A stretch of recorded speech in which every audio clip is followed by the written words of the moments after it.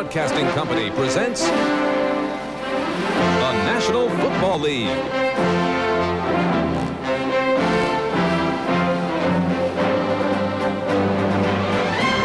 Today, from Sullivan Stadium in Foxborough, Massachusetts, it's the Buffalo Bills versus the New England Patriots. Brought to you by Jeep Cherokee. There's a feeling you can get only in a Jeep.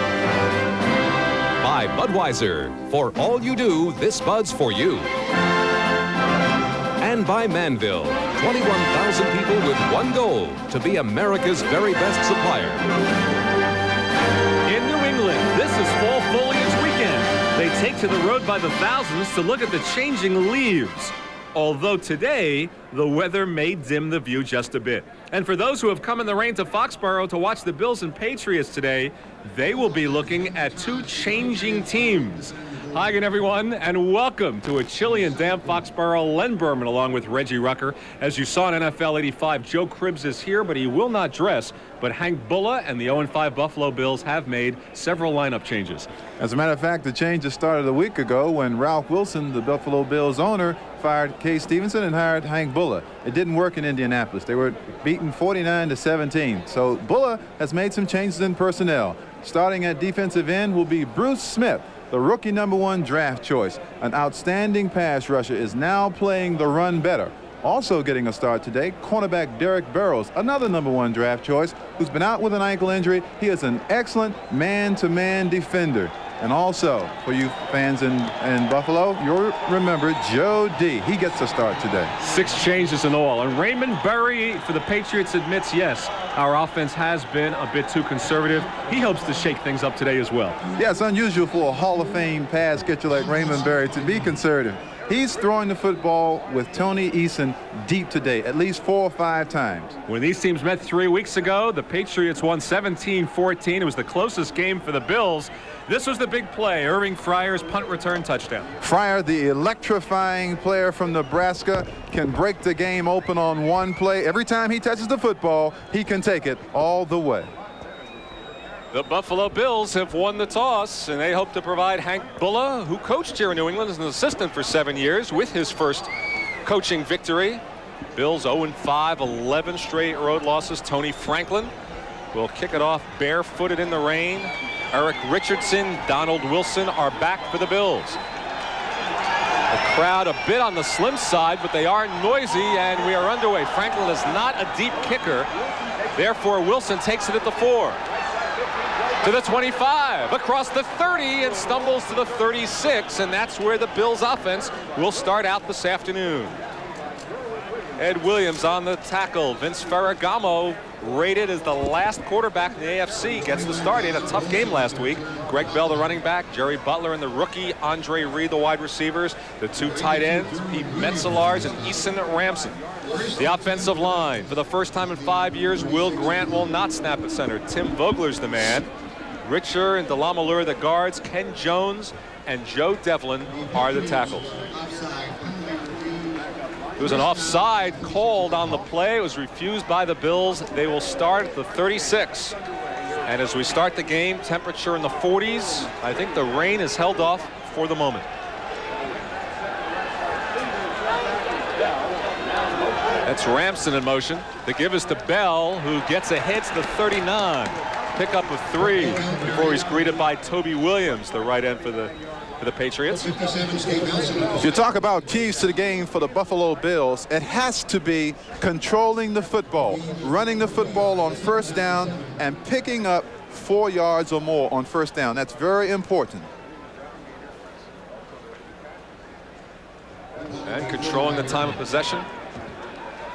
Obviously, the Bills' last rated rushing team in the league. They'd like to hold on to the ball. 3 tight ends in there now. That's one of them, Ramson in motion. It's Bell again. Nothing. Middle of the Patriots linebacking core, spearheaded by All-Pro Steve Nelson, helped by Larry McGrew. And there's Andre Tippett. So the front 3, Kenneth Sims is coming on a bit now. Remember, he was a top pick a few years ago and struggled. Dennis Owens, Toby Williams, the front 3. Good Patriots linebackers. Tippett and All-Pro, Steve Nelson, McGrew and Blackman. And the defensive backs, they like to throw at Ronnie Lippett. They like to keep it away from Raymond Claiborne on the right side. And the safeties are Roland James and Fred Marion. A 3rd and 7 at the 39. From the shotgun for Ferragamo. His first pass. Throwing to this side, Rod McSwain had it but couldn't hold on for the Patriots. And that was nearly a sure interception, but immediately for the 0-5 Buffalo Bills, it's 3 plays and punt for Vince Ferragamo and company. Watch it here. This is Jerry Butler, the speedster from Clemson, running the deep pattern, but the ball is underthrown so much so that Rod McSwain had an excellent opportunity to catch that ball and return it down the sidelines. That's John Kidd. Averages about 42 yards a punt. Second-year man from Northwestern. Had a good day here last year. And Irving Fryer, the man who did it 3 weeks ago, will try again. But it's a short punt. There will be no return. And it goes out of bounds at about the 30s. So the Patriots on offense will start out in decent shape after the short punt from John Kidd. 31 yards on that boot. Patriots offense. Tony Eason not having a good year either. He has 9 interceptions, ranked just ahead of Vince Ferragamo. Tony Collins and Mosi Tatupu start, but we'll see a lot of Craig James and Robert Weathers, Morgan and Fryer, speedy receivers, Lynn Dawson, the tight end. First down for the Patriots, the 32. Good linemen in Holloway and Hanna on the left side. Passing on first down to Tony Collins, holds on and heads up to about the 35, which would be a pickup of 3. So Eason throwing on first down. Tony Eason wants to throw the ball on first down a lot. They have outstanding wide receivers who have great speed, and they want to attack the Buffalo secondary deep. Eason had 8 interceptions all of last year, Reggie. Already he has thrown 9. The Patriots offense has really struggled. 2nd and 7 at the 35. Eason throwing on second down. This one he was wide open, and Stanley Morgan could not hold on, and that's unusual for him. Stanley Morgan has done so much work during the offseason to help improve those hands of his so that he can make the catches. Many people say that coming over the middle, the New England Patriot receivers have a problem. Now why? That's because that's where the big hits are made, and you think more about getting hit than catching the football. That was an out-and-out drop for All-Pro Stanley Morgan. 3rd and 7 now for New England, 35. Passing on all 3 downs now. Tony Collins out of the backfield. Across the 45, loses the ball after gaining a first down, and Buffalo has recovered. Rodney Bellinger runs out with the ball, second-year player from Miami. Martin Bayless made the hit on Tony Collins after he had made the first down, and the first turnover goes to the Bills. This has been a problem for both football teams. Collins here picks up the first down, but gets hit very good from both sides, lets the ball go. When we come back, Buffalo will be starting at the Patriots 44. This is the takeaway giveaway story for both football teams. -8 for the Bills, -6 for the Patriots. I call that red numbers, and whenever you're in red numbers, you're going to have a difficult time winning football games. So add 1 now for the Patriots and take away 1 from the Bills. On the left, Raymond Berry. On the right, Hank Bull. They were assistant coaches together here in New England in '78. First down, 44. Straight ahead, Bell gets inside the 40 to the 38. And Fred Marion, one of the top tacklers on the Patriots club, catches up with him. Now, when Buffalo runs the ball on first down and they pick up 4 yards or more, they take all of the pressure off of Vince Ferragamo. Now his play calling and his selection process is a lot easier because he can dictate to the defense as opposed to the defense dictating to him. Now the ball in the 38, a 2nd and 3, and 3 tight ends come in for Vince Ferragamo once again. And now the rain, as you see behind Vince, is starting to come down again. And a flag.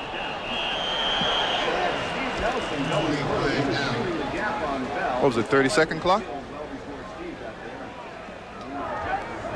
False start, 68 offense, 5-yard penalty, still second down. Gene Barth makes the call, and the rest of his crew here in Foxborough this afternoon. Had an interesting conversation with Gene Barth a couple of weeks ago. We were on the same flight and learned a lot about the business of officiating. He's one of the best. It's an interesting business. These Yes. fellows all have different jobs, different walks of life, and they come here as a crew on a Sunday. And very interesting, their areas of responsibility. They get more heat than Ronald Reagan. Sometimes. Ramson in motion on a 2nd and 8. The pitch back to Bell. And there is Kenneth Sims throwing him for the loss at midfield. And look at the emotion from Tippett.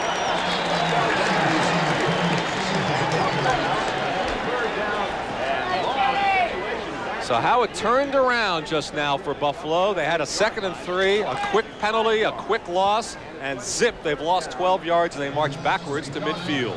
And this is the situation that Hank Bulla desperately wanted to stay out of. The New England Patriots will play the nickel or the 6-back defense, and they will double cover most of the Buffalo Bills receivers. And many times in this situation, Lenny, he's forced to throw it to a back. Remember, a new center, Vogler, is snapping out of the shotgun on a 3rd and 14 from the 48. Might have had a jump on the Patriots side. Ferragamo under pressure, unloads it. Intercepted by Roland James of New England. James on the far side to midfield. Roland James hurdles alignment. And out of bounds. Garen Veras pushes him out. A 39-yard return off yet another interception of Vince Ferragamo for Roland James. The Buffalo Bills have a 33% conversion ratio on 3rd down. That's not good enough to win. You'd have to be up around 55-60%. Poor pass by Vince Ferragamo. It's wobbly. He doesn't wait for the receiver to break out of the pattern. And if you're going to play football that way, you're going to have a long afternoon. 1st and 10 for New England at the 41. Now Craig James in the lineup, fights ahead to the 38 for a pickup of 3. That is not a fumble. Whistle dead. Gang tackled in there. Eugene Marv, the man in the middle for Buffalo. Eugene Marv, number 54, and we'll keep our eye on Bruce Smith, the rookie at right end, teaming with Smurlus and Ben Williams. Linebacking core, Frazier moves to the other side. Lucius Sanford off injured reserve gets the start at one outside linebacker with Marvin Haslett in the middle. Defensive backs, the rookie Burrows, see if they go to him instead of Romes on the other side. 2nd and 7. Again, it's James. And James gets a 1st down inside the 30 before Romes catches up with him. How about all that controversy this week for New England? Who would be the starting running backs? First he named 2 guys, James. And he said Collins would come back to start. The players nor the fans knew whom the starting running backs were this week. It reminded me of Bud Abbott and Lou Costello's who's on first. I don't think anybody knew. Well, now you know what the starting lineups mean. We introduced earlier to Tupu and Collins, and all of a sudden now Craig James is in, and we'll see Robert Weathers. And so it switches around as the Patriots now have a 1st down at the Buffalo 28. Watch Stanley Morgan against Burrows on the right. Well, we're not going to watch anything. And a timeout is taken by Eason as he heads over towards Raymond Berry to discuss things. You see Steve Grogan, the backup number 14, discussing things as well. So we've had 2 turnovers. We've played 3 minutes, but we've yet to have a score. We'll be back. From the 28 for New England, James tries to pick a spot, but Haslett and a host of other blue shirts stop him. Lenny, it's not a good idea, I don't think, today to run the ball outside. The field is wet. It's very slippery. When you run the ball on the outside, there's a look at 1st quarter score, Cincinnati over New York. When you run the ball on the outside perimeter, you need good footing, and you don't have that today. That was a Collinsworth catch from Esiason's. Funny story about Hank Bulla. He was a co-head coach for 1 game with New England. He and Ronnie Earhart in 1978, co-head coaches for 1 game when Fairbanks was fired. They both gave pregame prep talks, and the team lost anyway. 2nd down at the 28.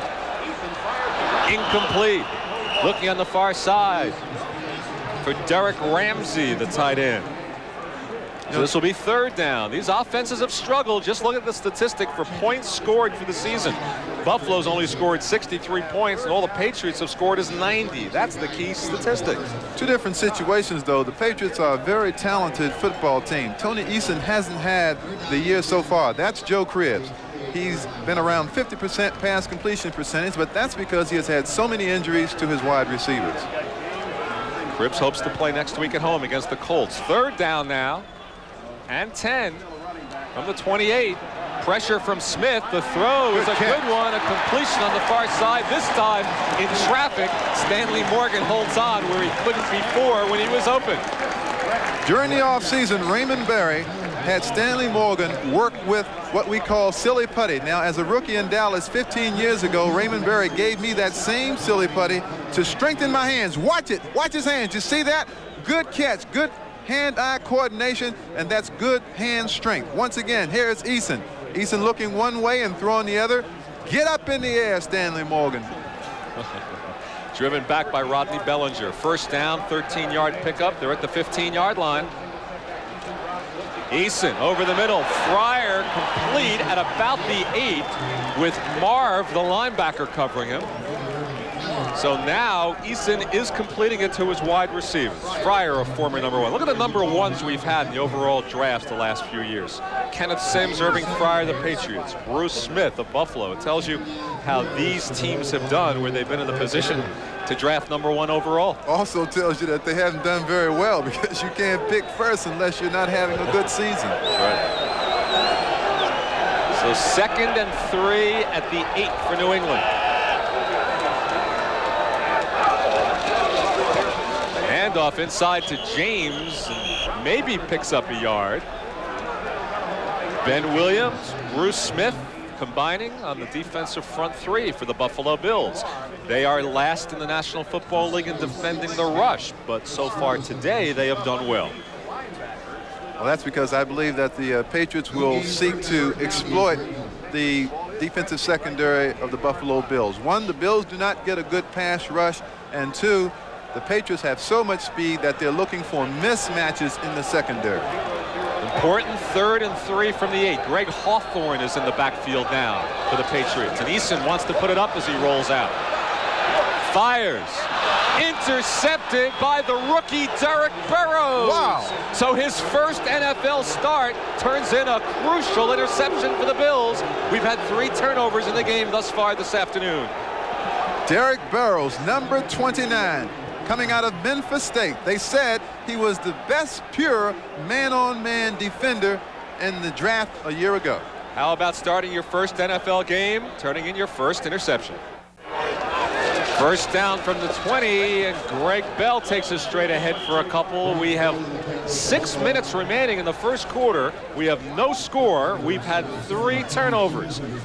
Tony Eason and Vince Ferragamo both plagued by interceptions so far this season, and they've both been intercepted this afternoon 1 time each.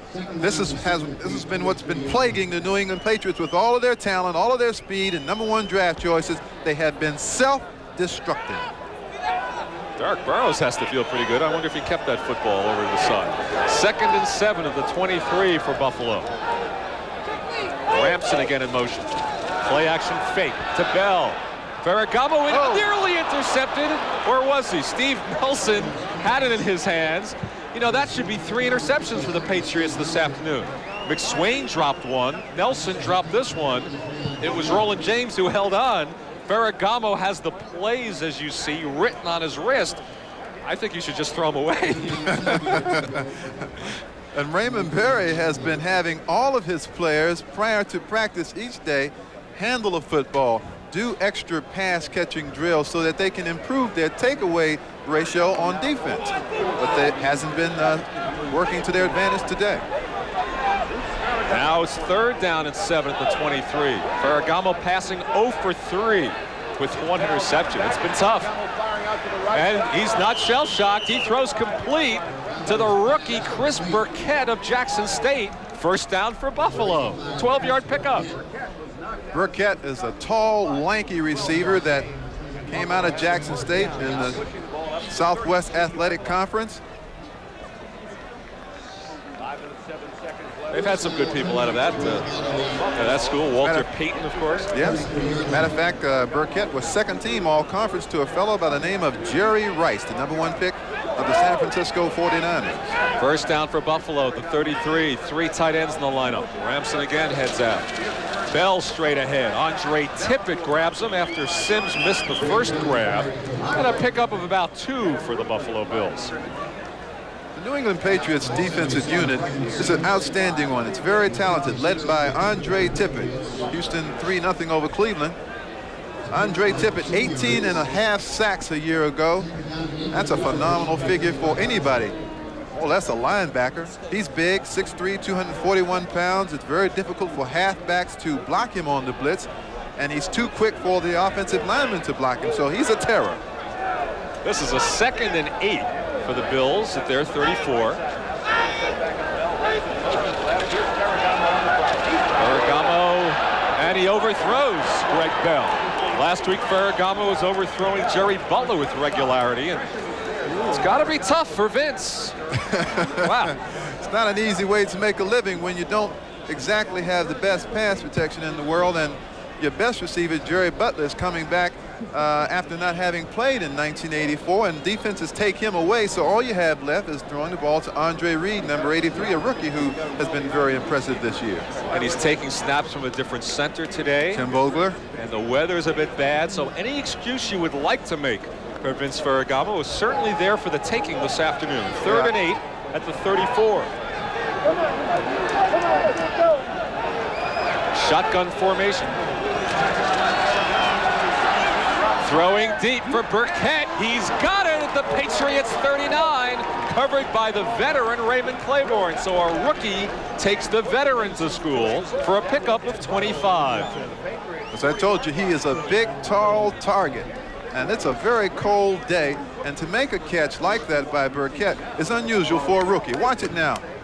Another one of the wobbly Ferragamo passes, and he does do a fine job against Raymond Claiborne. You know, with Mitchell Brookins now on injured reserve, the wide receiver, Burkett getting a shot. He had only 4 catches coming in before today, and he's made 2 this afternoon. And now Buffalo with their best field position. 1st and 10 at the 39. Remember last time they were in this situation and a penalty, and they were thrown for a loss. Let's see what they do here. And there's motion on the right side. He called it. Same thing as last, self-destructing offense again. That's right. Buffalo is one of the more penalized teams in the league. They've been called for 48 penalties, totaling close to 400 Ball yards. start, number 70 offense, 5-yard penalty, still 1st down. Joe Devlin on the right side, right tackle. When you have that many penalties, Lenny, it really disrupts the continuity of the drive, and it takes the quarterback out of his play calling scheme. Well, we'll take a look at this one. You have 5-0 Rams against the 0-5 Bucks, and James Wilder gives Tampa Bay the lead. The Bengals doing it to the Giants in the 1st quarter in Cincinnati. Here, scoreless, 2:47 remain 1st quarter. 1st and 15 now at the 44. Ferragamo nearly intercepted by Johnny Rembert. That should have been the 4th interception against Ferragamo. Well, these people, particularly the Buffalo Bills, are throwing caution to the wind with Vince Ferragamo at quarterback.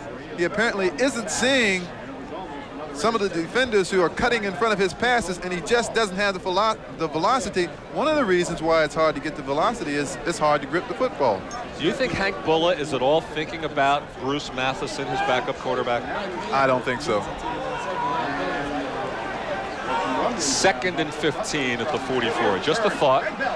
Bell for a couple, but not the play you need when you need a lot of yardage. Andre Tippett and Kenneth Sims combining for the tackle. And this will set up 3rd and long inside of 2.5 minutes remaining in the quarter. Here's where, once the Bills get Joe Cribbs back, Joe Cribbs is probably the most effective back in football. Pass catching ability out of the backfield. Right now, they don't have that without Cribbs. Now, when they get Cribbs back, they will be a much more dangerous football team in this situation. Do you think he'll run Cribbs and Bell together, 2 small backs in the backfield? He says that he will, but I think it's difficult because neither of those fellows blocks very well. Shotgun, 3rd and 13. And he threw into some tough coverage for Andre Reed. Ronnie Lippett was covering. There's an example of the liberalization of the pass interference rule. We may have a flag, Reggie. Yes, it is. I'll hold my comment. Defensive pass interference on the intended receiver. See, I was going to be wrong, Lenny. I thought that was an excellent example of the new freedom that the defensive back has. Let's watch it. Now, the defensive back can play through the man to the ball. Maybe it was the left hand there. Oh, I couldn't see it from that angle, but apparently he must have had his left arm around the receiver. Might have had his hand wrapped around. That is a very costly penalty. Instead of 4th down in the punt, that's an automatic 1st down at the Patriots 38. Ronnie Lippett, that's the man they will try to work on.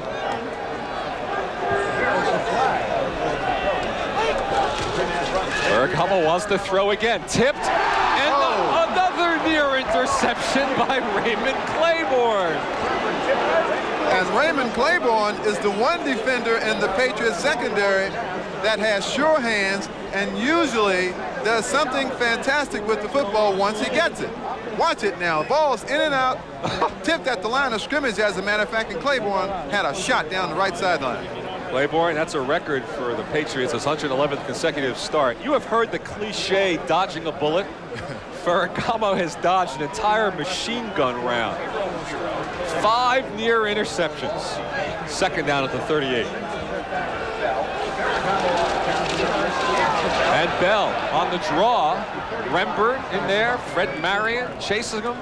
Finally drag him down. Well short of a 1st down, but 3rd down coming up. Fred Marion, number 31, the safety for the Patriots. It's an interesting story. 2nd on the team in tackles a year ago from the free safety position. That's right. Eagles with a field goal. Ball down to the 34 now. You may wonder if Ferragamo won't try to exploit the fact that Marion comes up very fast from the safety position. He may try to fake a run and throw something deep behind Marion. Coming down to 1 minute remaining in a scoreless 1st quarter. 3rd and 6 at the 34. Andre Reed in motion. Swings it out to Bell. Bell was looking to do something with it. Instead, he's thrown for a loss.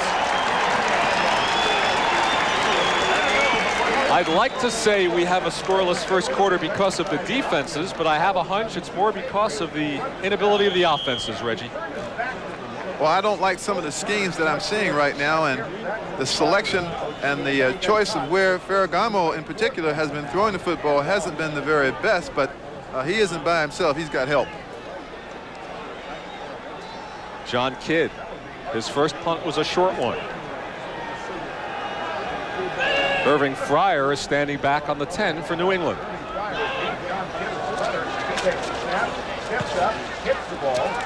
Kidd puts it in good position. Fryer waves for a fair catch, and he had some daylight. He could have run. So the Patriots take over at their 11. We have 11 seconds remaining 1st quarter, and Tony Eason, number 11, coming on. We'll be back. Back in Foxborough, the rain has let up. 11 seconds remaining in a scoreless 1st quarter. The Patriots start at their 11. The 2nd man is Tony Collins. Has some room across the 20 and slides up to the 25. Out of bounds with 5 seconds remaining in the quarter. A 13-yard pickup for Collins, and that's a quarter of the Patriots' total offense. The Patriots have garnered just 62 yards total offense in this 1st quarter. Buffalo has responded with just 44 yards of their own.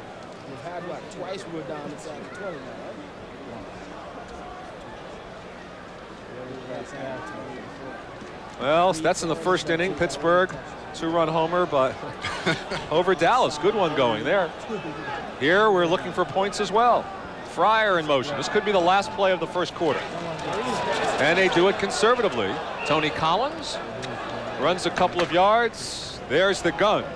And we have had 1 fumble recovery, 2 interceptions, 5 near interceptions, and no points after 1. Reggie, my kingdom for some offense. Well, Buffalo is staying in this football game right now because they've been able to take the football away from New England, a much more superior team talent-wise. They've been able to take the ball away from them twice. So if there's some encouragement for Buffalo Bills fans watching today, as you know, this team hasn't won on the road for nearly 2 years now. At least they're tied after 1. Well, Buffalo is cutting down on its margin of error, and I think what Hank Buller will do is really get this team disciplined enough so that they cut down also on some of the penalties that they've been having, because so far that's what's stopping them, the penalties. That's right. A couple of times they've gotten inside the Patriots 40. They've had a couple of 5-yard penalties that have pushed them back. So the Buffalo team has not been able to push it forward very well. The first quarter statistics, as we noted before, Key Buffalo's statistic had right the there. ball a lot, but haven't been able to do much with it. There's a 2nd and 9 at the 26 for New England. Eason to throw. Looking for Tony Collins. He did not hold on. Incompletion, with Marv and Charles Romes covering on the far side for Buffalo. Sets up 3rd down. When you're a pass catcher on offense on a day like this, and you have to put your hands down on the turf that's wet, your hands pick up moisture. Now, you must be sure to wipe your hands and to dry your hands as much as you possibly can, because if you don't, the ball is going to be slick and you're going to drop it. Well, no, Pittsburgh did not add a rouge there. Our 2-0 score we had before was incorrect. It's 3-0, and that game is in the 2nd quarter. That's where the 2 came in. 3rd down and 9. Eason had trouble with his own lineman, Hanna, blocking in front of him, and throws incomplete on the near side. Look at the Buffalo defense. Guy Frazier, who switched over to the other outside linebacking spot, one of the key men, and on that play. Well, you can't tell from looking at the Buffalo Bills that they're 0-5. They're a very spirited-looking team today. They're hustling all over the field, and there's a trademark to a Hank Bulla defense of a pursuit and hustle. And now we will look at the best NFL punter on for the first time, Rich Camarillo. And again, Buffalo will get decent field position. Donald Wilson is back at his 35 for the Buffalo Bills. Camarillo, good long punt, not a lot of height. Wilson at the 23, across the 30 and upended before he can get to the 35. Good tackle turned in by special teams captain Mosi Tutupu. So opening seconds, 2nd quarter, scoreless. Buffalo gets it back once again. Eyes have brightened just a bit. The lights are on at Sullivan Stadium, and the rain thankfully is held off. The Bills have 1st and 10 at their 35.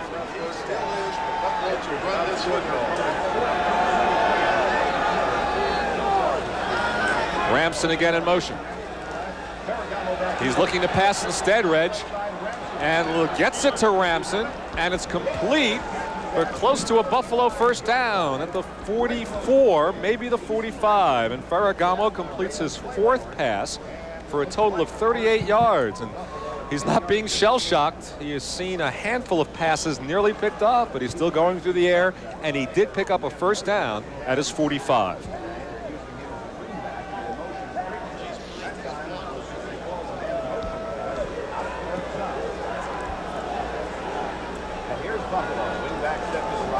Ferragamo starts at his 45 now. Ramson again in motion. Handoff up the middle. Bell lost the football.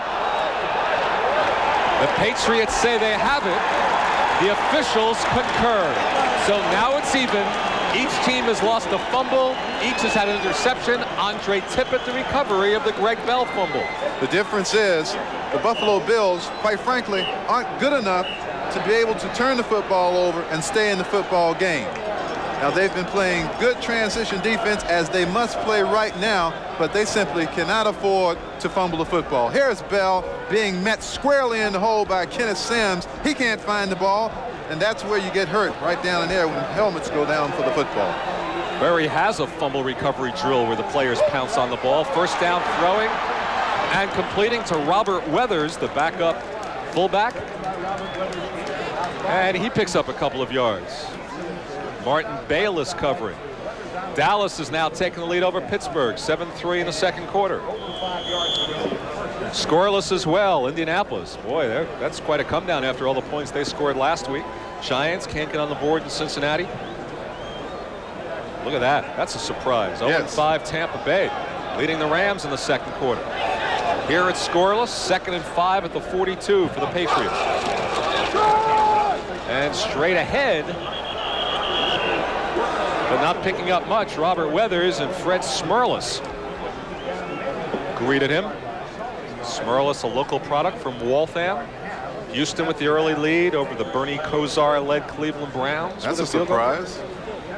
Washington looks like they've got their act back together again, leading the Detroit Lions 10-3, and scoreless second quarter in Green Bay. The points are hard to come by around the NFL, it seems like. Bills with 6 defensive backs on a 3rd and 4 at the 41.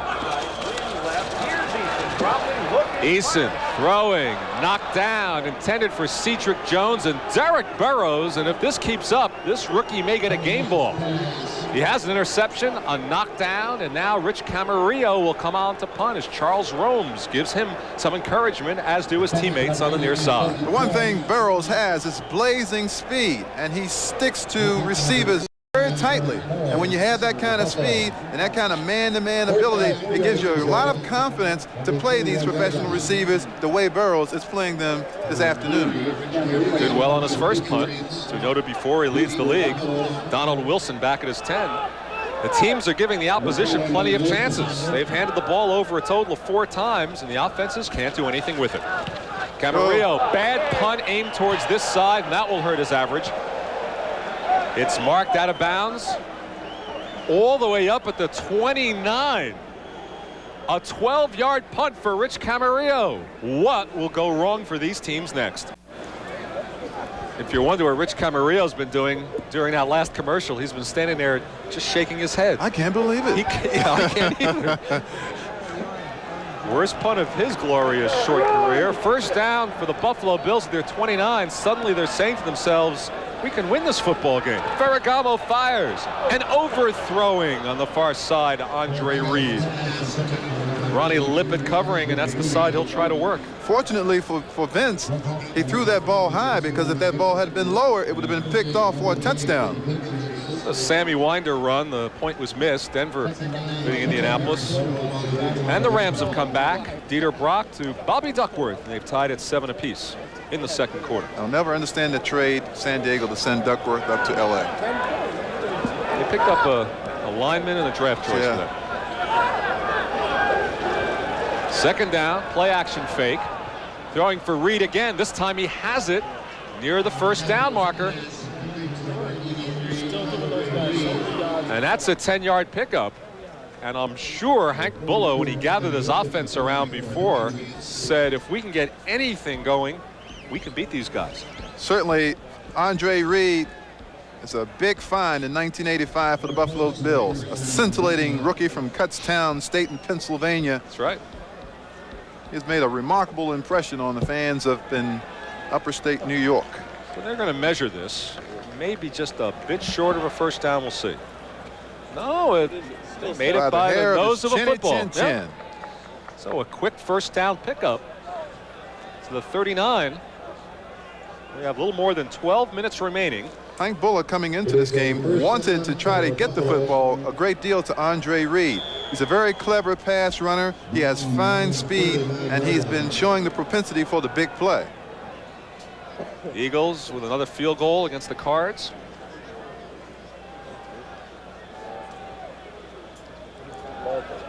Here we are early in the second quarter, looking for our first score of any kind.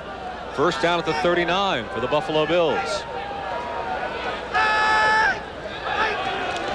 Pitch back to Bell. Holds it in one hand. That's a dangerous way to carry the ball. Heads out of bounds, holds onto it. But there must be some scoring going on elsewhere. Let's go to NFL 85.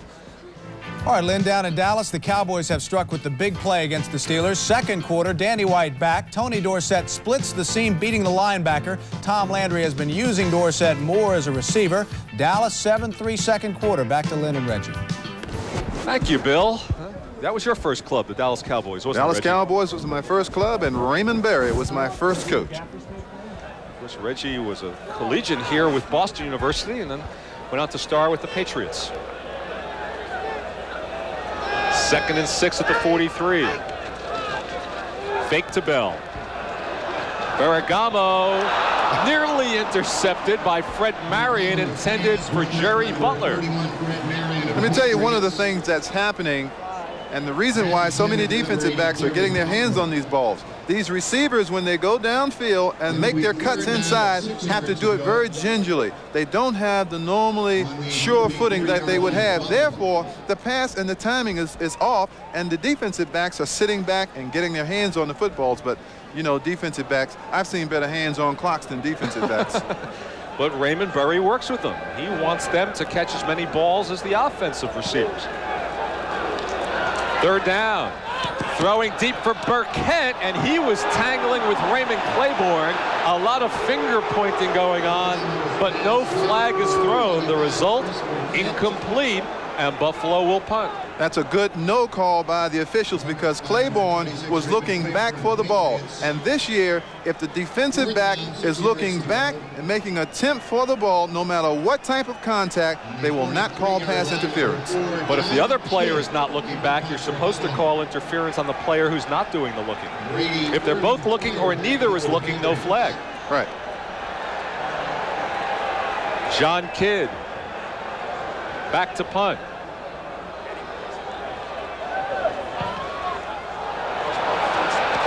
Punt is a short one, and it's taken at the 26 by Fred Marion. So a 32-yard punt for John Kidd. 11:51 remaining in the first half, and still goose eggs. Raymond Berry looking for some offense. They have scored just one offensive touchdown each of the last 4 games. The backs are split. He had said he was going to go to the I formation. Fumble. Collins gets it back, retreats to his 10. Gets up to the 15. Lucius Sanford with a strong tackle on the far side. Congratulated by his other defensive mates. The folks are booing here at Sullivan Stadium, but they just don't understand how slick it gets on this kind of field and this kind of weather, Lenny, because your hands are cold, the ball is wet, the players' uniforms are wet. See, his uniform is wet from falling on the turf so many times, so when Eason puts the ball in there, it just slips right out. You don't have that abrasiveness that you need normally when everything is dry. This will be 2nd and 20 back to the 16. This recalls a game back in 1978 opening day. 7-0 Houston over New England in the rain. A fumble recovery was the only points. Eason completes it, and then the ball's knocked away, and it will be ruled complete. Complete, and his knees were down. Has Tony to be. Collins will get the completion to the 19. Jim Haslett was covering. So it goes in the book as a pass completion. And now 3rd down from the 19. They need the 31 for a first down. Coming up at halftime, Bills in for Bob. Ahmad and Axe will be there, and they'll have all the scores and highlights. And if they show highlights from this game, they will be turnovers. And the Bills have their pass rushing specialists in the game, and this is the situation they want on defense. This is 3rd and 16. Eason wobbles one, intercepted by Charles Romes. And Buffalo is in business as Romes has now turned in an interception for the 3rd straight week. Now we're beginning to see the skill and the genius that is Hank Buller. He's known around this league as a defensive genius.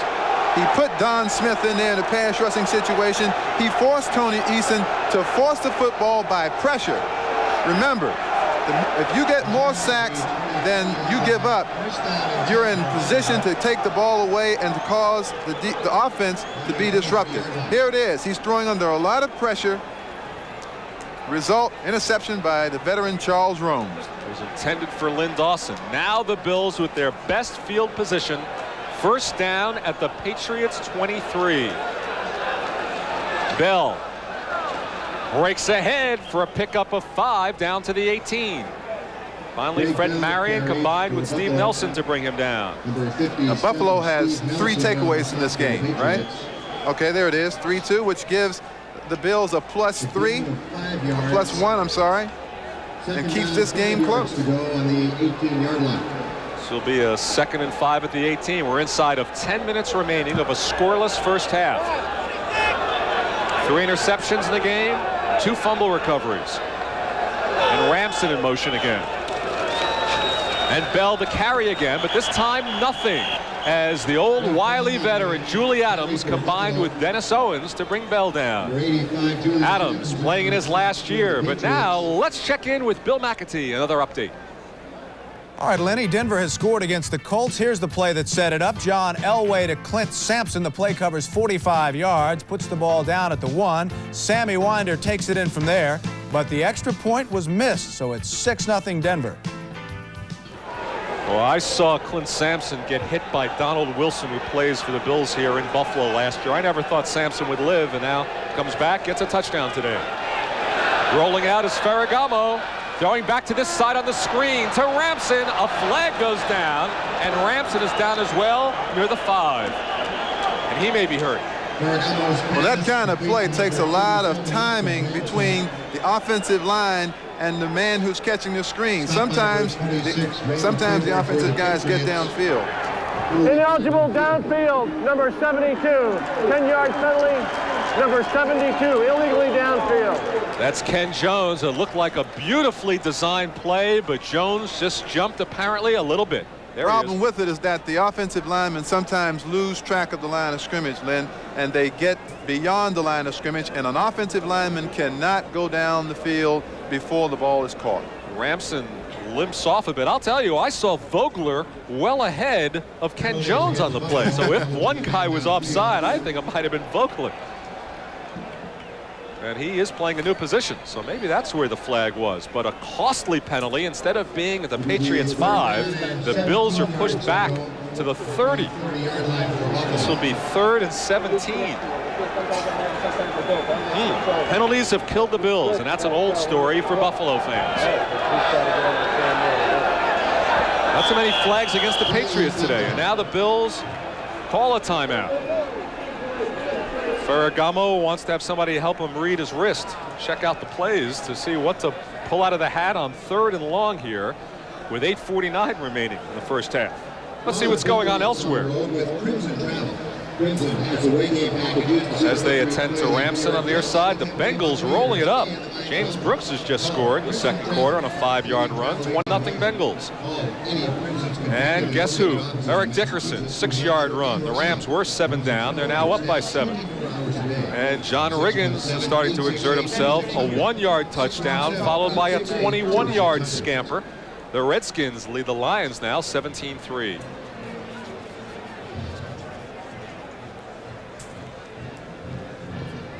Oh, Vince Ferragamo probably feels right now that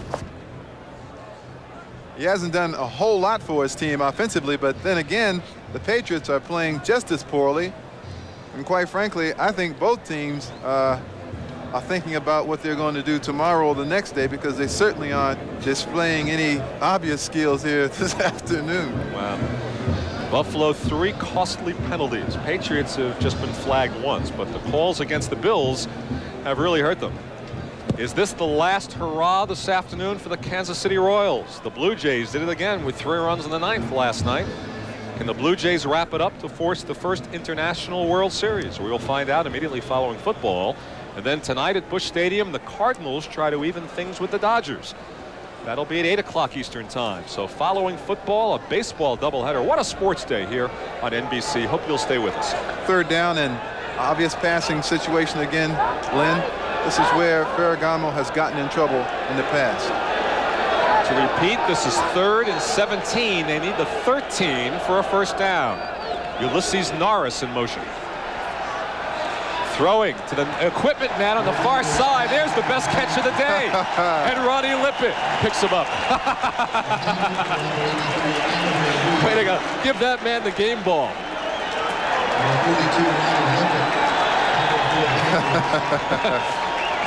A big ovation from the Sullivan Stadium crowd. Well, this is the best catch we've seen all day, because there was the receiver and, hey, sign him up. Andre Reed says, give me that ball. Can you believe that guy made a catch like that? So now, Scott Norwood, who's been perfect, hasn't missed a kick all year. This will be an attempt from the 38, so a 48-yard field goal attempt for Scott Norwood. And he is still perfect. And the winless Buffalo Bills, with 8:39 remaining in the first half, have taken a 3-0 lead over the Patriots, thanks to the first-year player from James Madison, Scott Norwood.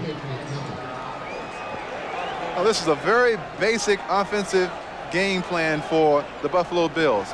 Hank Bulla is really trying to cut down on the number of times he turns the ball over or the number of penalties that's called against his football team. And as long as he can do that, I don't care how inartistic the game looks, he's going to be in this football game with an opportunity to win.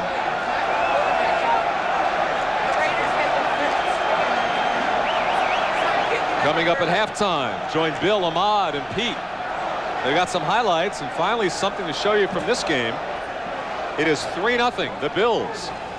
Buffalo fans do not have to be reminded that the road has been awfully long and unfriendly for the Buffalo Bills over the years. Their last road victory in December of 1983. And here they have a 3-point lead. Recognize number 14. Some of the fans are calling for the old veteran Steve Grogan to come back. Lost his job early last year. Good friends with Tony Eason. But some of the fans think that maybe the offense needs Grogs back. Stephen Starring at the 3. Starring at the 20. And he gets the 26 before he is stopped by Eric Wilson. Let's pause briefly for station identification. This is the NBC Television Network. This is WGRZ TV2 Buffalo.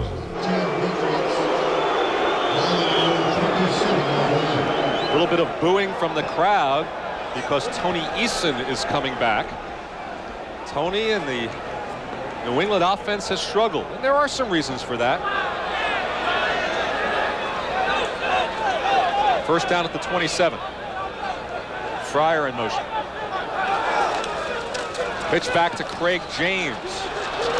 Steve Freeman comes up to make the stop, and a flag is thrown right at his feet.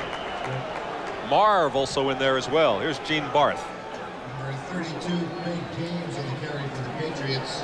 A Patriots hold. What are some of the reasons, Reggie, for the struggling offensive production for the Patriots? Well, play selection right now has a great deal to do with what's going on.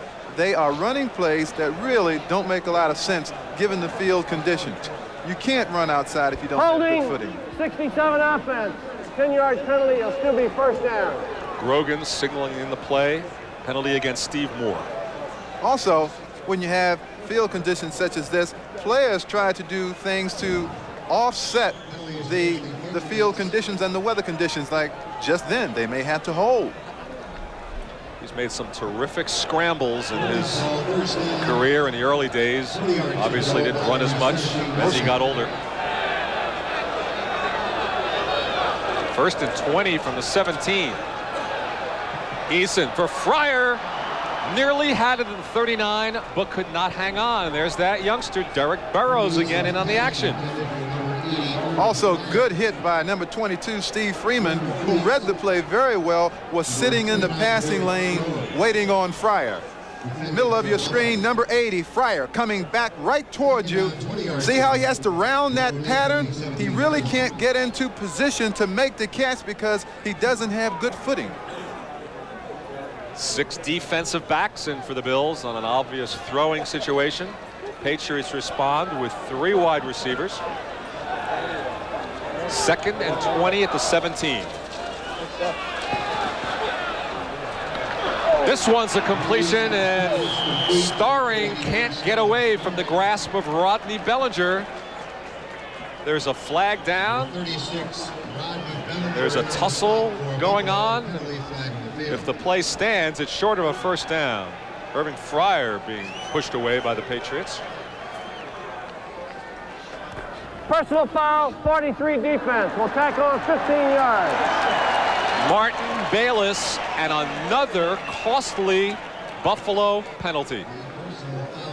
Absolutely a mindless sort of thing to do because you know that you're in a tight ball game. The last thing you want to do if you're a member of the Buffalo Bills defensive unit is to give 15 yards to the opponent because of a penalty of that nature. What should have been a 14-yard pickup has Hank Bulla steamed Instead, it's a 31-yard combination gain of the pass and the penalty. The Patriots are out to their 48. First down, and talk about a full house backfield. Look at all those guys back there. Call this a triple I. I don't think Buffalo's seen this formation. Now they split. One of them's a tight end, Derek Ramsey. Look, I think they're the Cowboys out there. And grabbed by Lucius Sanford. That's the first sack of the day. Eason down to this 39. Lucius Sanford just coming off of injured reserve. He has been a key member of over the years in this Buffalo Bills linebacking core. They have been doing without him over the first part of this 1985 season. They'll know they're happy to have him back. Coming from the right side, the blind side of Eason with the sack, Lucius Sanford. John Hanna, number 73, just looking back and hopeless feeling for an all-pro guard. 7:15 remaining in the half. Now a 2nd and 15 for the struggling Patriots. Sanford's coming again. Greg James trying to hold him off. Eason picking up airline miles on that run and finally out of bounds to a chorus of boos.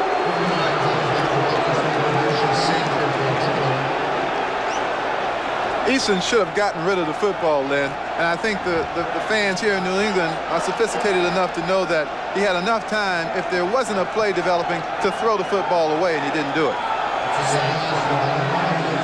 They're going to call that a sack. Are they? Probably will. This is 3rd and 26, if you can believe it, from their 32. They need the Buffalo 42. And that does indeed count as the 2nd sack of the day, turned in by the Buffalo defense. They'll be coming on this one. And they get him. Give that one to Toby Williams. Sack number 3. And he counts them out as well. And who's causing havoc for the Buffalo Bills offensive line? Sorry, for the New England Patriots offensive line. May be hurt, and the crowd through the back door may get their choice of Steve Grogan if Eason cannot come back. Grogan starts to warm the hands on the far side. That's Bruce Smith. We talked about him at the top of the show. Now they're snapping from the 19. Camarillo back all the way up to his 5. A low kick, but he gets distance to Donald Wilson at his 39. Wilson eludes Bowman, and Wilson lost the ball, but it's covered, I believe, by Jim Haslett of Buffalo.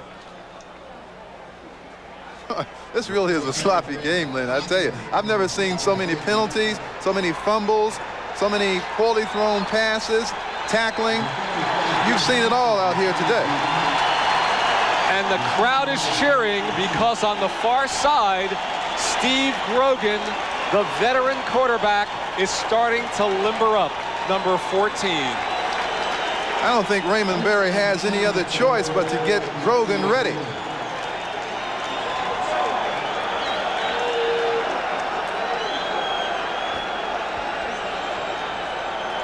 Buffalo with a 3-point lead with the ball at their 48, 6:24 remaining in the half. Greg Bell does well to get to the 49 of New England territory for a pickup of 3 before Fred Marion and Andre Tippett combine to track him down. The Giants are on the board, still trailing 21-3. And look at this. Tampa Bay has come back to take the lead over the Rams. Good one going there, 17-14, Buccaneers. Houston, a couple of Zendejas field goals, shutting out the Browns. And Tommy Kramer's hit Mike Jones from 14 yards. So here, 2nd and 7 at the Pats 49. Ramson again in motion.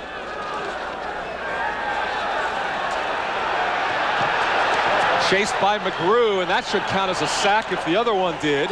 Out of bounds at the line of scrimmage at the 49. That will count as the first sack, and it's credited to Larry McGrew, his first of the year. No gain on the play. Third down, 7 yards to go. This will set up 3rd and 7 at the 49. We've just received a call from Canton, Ohio, Reggie. They said keep the tapes of this game. We're not interested.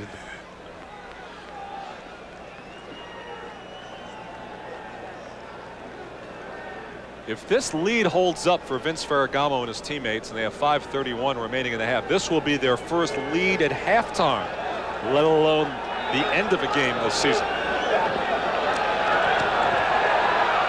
Ferragamo overthrowing for Burkett, but a flag down. Ronnie Lippett turning around, saying, "Who, me?" And let's see if it is he.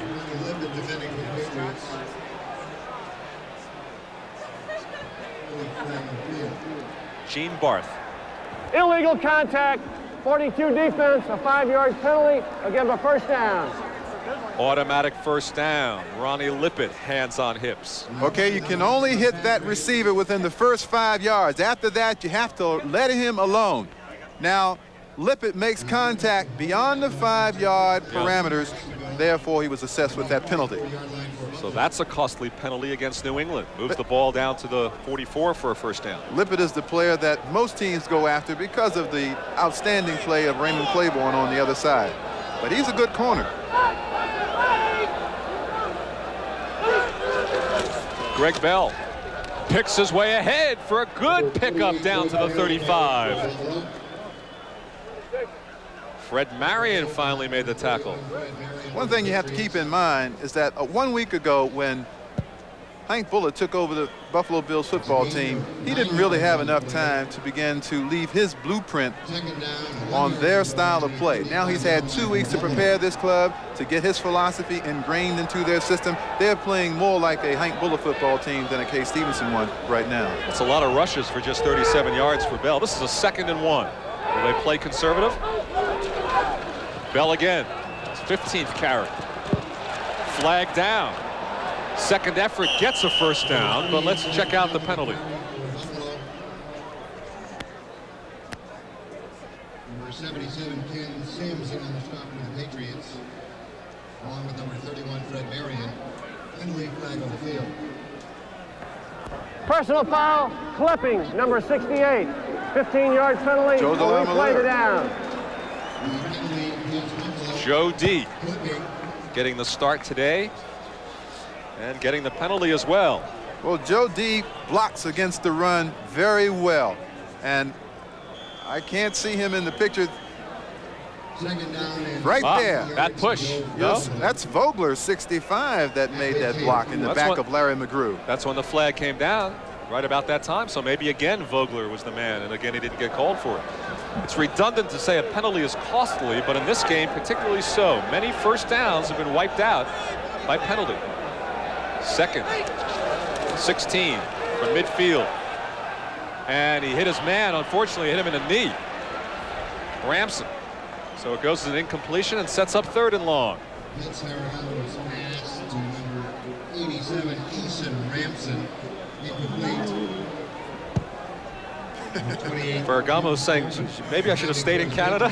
I don't know. This is an awfully tough game to come back after his struggle of a week ago. Sometimes look at him, looking at his wrist. See, sometimes you wonder how much that distracts a player's expression of his ability on the field when he has to pay that much attention to calling plays off of his wrist. It's got to bother you. 3rd and 16 at midfield. Complete. Greg Bell. Well short of a first down, and another flag is down, and in that position where I see the yellow flag, that might be a hold. So most of the gains are being nullified here. Tony Eason being helped into the runway.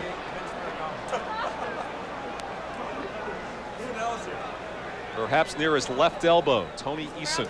So we will see Steve Grogan if and when the Patriots get it back with 4 minutes remaining in the half. 68 offense, holding, 10-yard penalty. We'll replay the 3rd down. I've always contended that the most unsettling element on a football game is penalties. And the Buffalo Bills have been assessed with a number of them today. They have been plagued in 1985 by penalties, and they're going on and on and on, and they're virtually disrupting any kind of continuity that they might have on offense. There's Grogan, and frankly, I'm surprised they're playing the down, because they would have been 4th and long and out of field goal range, and here they're giving Buffalo a second chance. But they do not cash in. Credit the sack to Julie Adams and Andre Tippett. The two of them combined for the second sack of Ferragamo this afternoon. To an offense, as I said, the most disruptive thing has to be penalties. The second most disruptive thing then are quarterback sacks. And they have sacked Vince Ferragamo 2 times today. And he is a forlorn young man. Number 5, Vince Ferragamo. John Kidd standing back at his 16. Irving Fryer at the 25. Not a good kick. Near side. Patriots let it bounce, takes a Bill bounce out of bounds. And Steve Grogan will start at his 30. And the cheers of the crowd as the likable veteran comes on for the first time since early last season. He was replaced during the Seattle game when the Patriots were trailing. Tony Eason led the comeback, and Ron Meyer made Eason the starting quarterback there on out. Here he comes, Grogan in his return. And just by the nature of the crowd reaction to Grogan's entrance into this football game, sometimes it can have an uplifting effect on the morale of the football team, and it might be just what they're seeking is a shot in the arm or leadership at quarterback from number 14, Steve Grogan. First down at the 30. He has not played since early last season in a regular season game. Tony Collins on the, and there's a snap, fumble. The Bills have the football. Now, whether someone moved is debatable.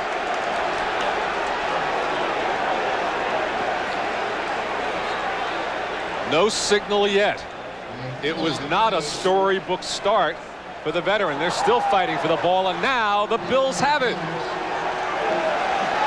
You know, the irony in this is that 1 week ago in Cleveland, when Danielson was hurt, Kozar came into the football game and fumbled on the snap. Maybe Buffalo, seeing that in the films, thought that, hey, let's try this guy, because the ball is wet, his hands have to be cold, and there it is, the exchange from center with Pete Brock, number 58. Grogan's reaching down for it, and I can't tell who that is in the Buffalo uniform that got that football, but Jim Haslett. Very alert play by Haslett. First down at the 28. That silenced the happy crowd. Bell heads to the outside.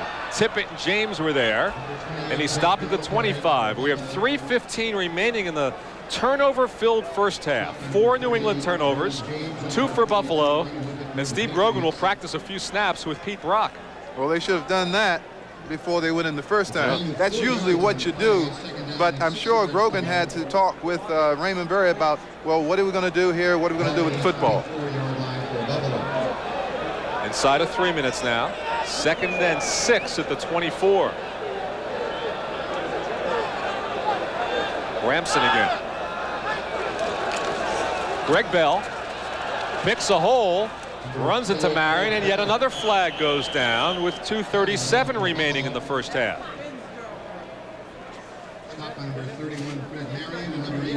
Holding, number 72 offense, 10 yards penalty. We're moving back, 2nd down. Ken Jones. So offensive line penalties have plagued the Buffalo Bills as they continue to lead, though, 3-0. That's Greg Bell right there in the middle of your screen. And 72 is Ken Jones that has his hand on the jersey of Julius Adams, number 85.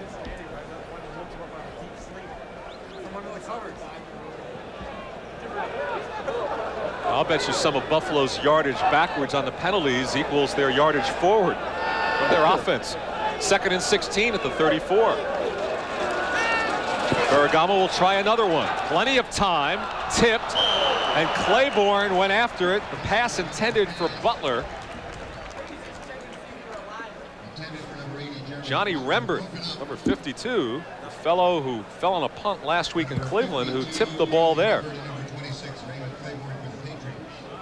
Here's Butler. Isolated view of him as he tries to work against Raymond Claiborne. Good leap here. You'll see Rembert get his hands on it, can't hang on. And then Claiborne comes in and makes a good defensive play against Jerry Butler. So this will set up 3rd and long, as Ferragamo has missed his last 6 passes. 3rd and 16 at the 34. Look out. Number 3, Kenneth Sims with rookie Garen Veras.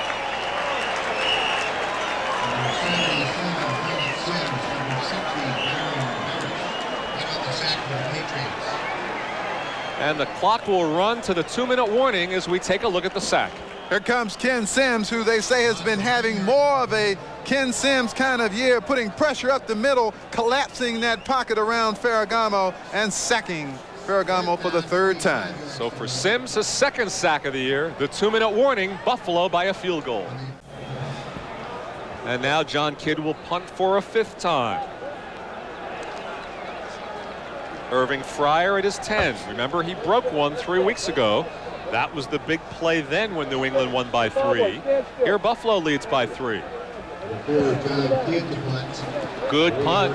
Should let this one go. They do, and it will pin the Patriots back by their 10, inside their 10. And it's covered by Jim Haslett.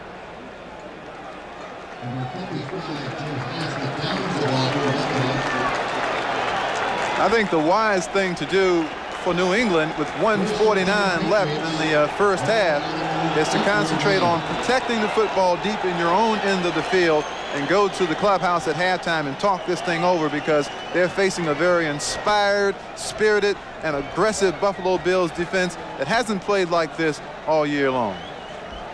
Still waiting for a report on Tony Eason. In the meantime, the people's choice, Steve Grogan at quarterback, 1st and 10 at his 8.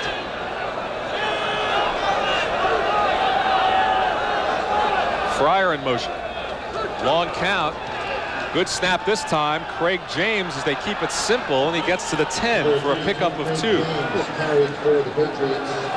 Charles Rome's on the stop. Now you're watching Irving Fryer go in motion.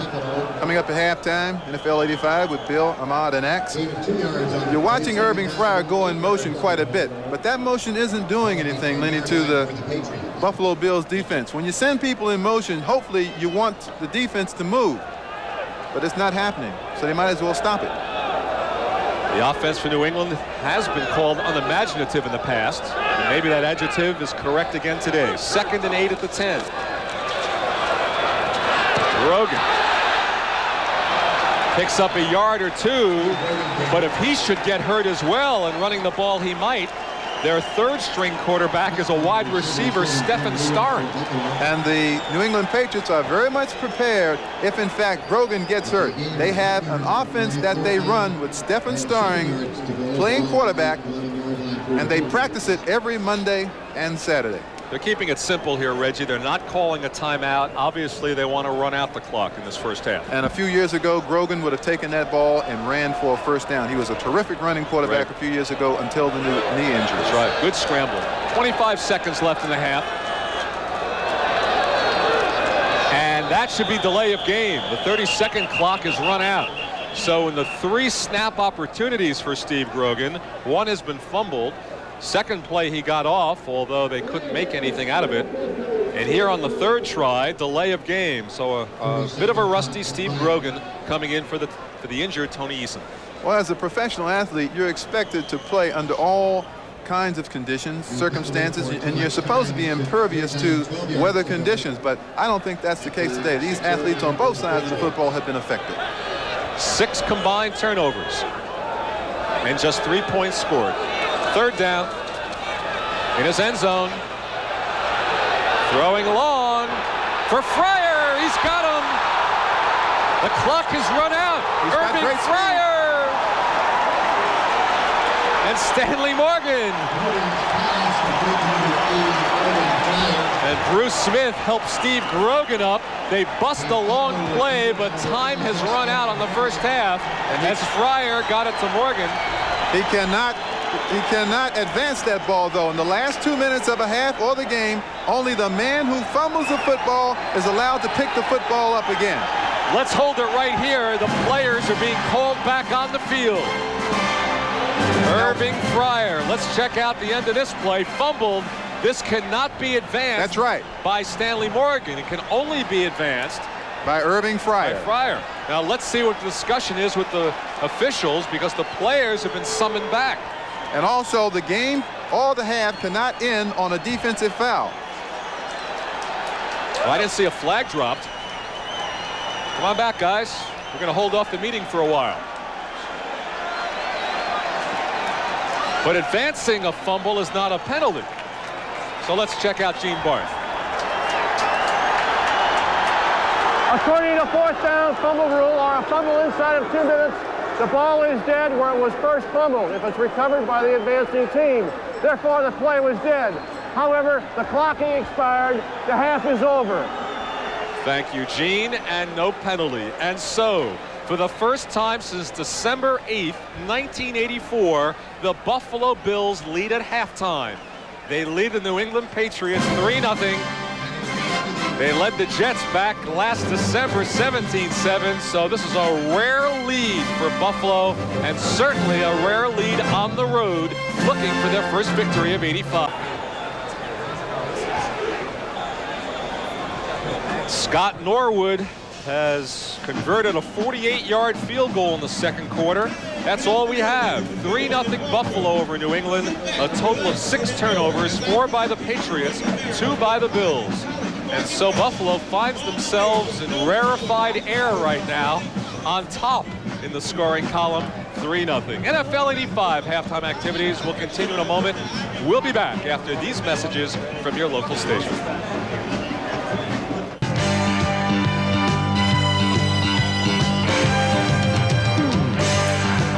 All right, we want to welcome those of you who have been watching New England and Buffalo. It is 3-0 Buffalo, and we want to take this opportunity to get you caught up on scores from around the National Football League as we get Week 6 underway. First of all, down in Dallas, the Cowboys lead the Steelers by a score of 10-3. Great first half for Danny White, who was 10 for 10 at 1 point. Tony Dorsett came in today needing just 31 yards to become the 6th player in NFL history to get 10,000. He only has 5 yards rushing, but his main contribution has come as a receiver. Beating the linebacker, splitting the seam. Dorsett scores. 56 yards the play covers. 10-3 Dallas after Raphael Septien's field goal just before the half. 10-3 down at Texas Stadium. Denver and Indianapolis, it is 6-3 in that ball game in the Hoosier Dome. A couple of 3-2 clubs. The Broncos one of 4 3-2 teams in the AFC West. Dan Reeves has watched his Broncos turn into a potent offense, and here's how the touchdown was scored. The sequence, it started with a punt return by Vance Johnson, who goes up the right side, finds the wall, 38 yards down to the 46-yard line. And then on the very next play, John Elway takes control. He finds Clint Sampson. The play covers 45 yards. It set up Sammy Winder's 2-yard touchdown run. 6-3 Denver after Raul Alegre's 28-yard field goal. The Giants in Cincinnati, this is a surprise. Cincinnati leads the game by a score of 21-3. It figured to be a big day for Phil Simms against the Bengals secondary, ranked last against the pass, but it has been all Cincinnati. They scored on their first possession and have dominated since, 21-3 at the half. The Rams and the Bucs, Tampa Bay leads this one 17-14. The Rams have won with defense, but Tampa Bay has played well.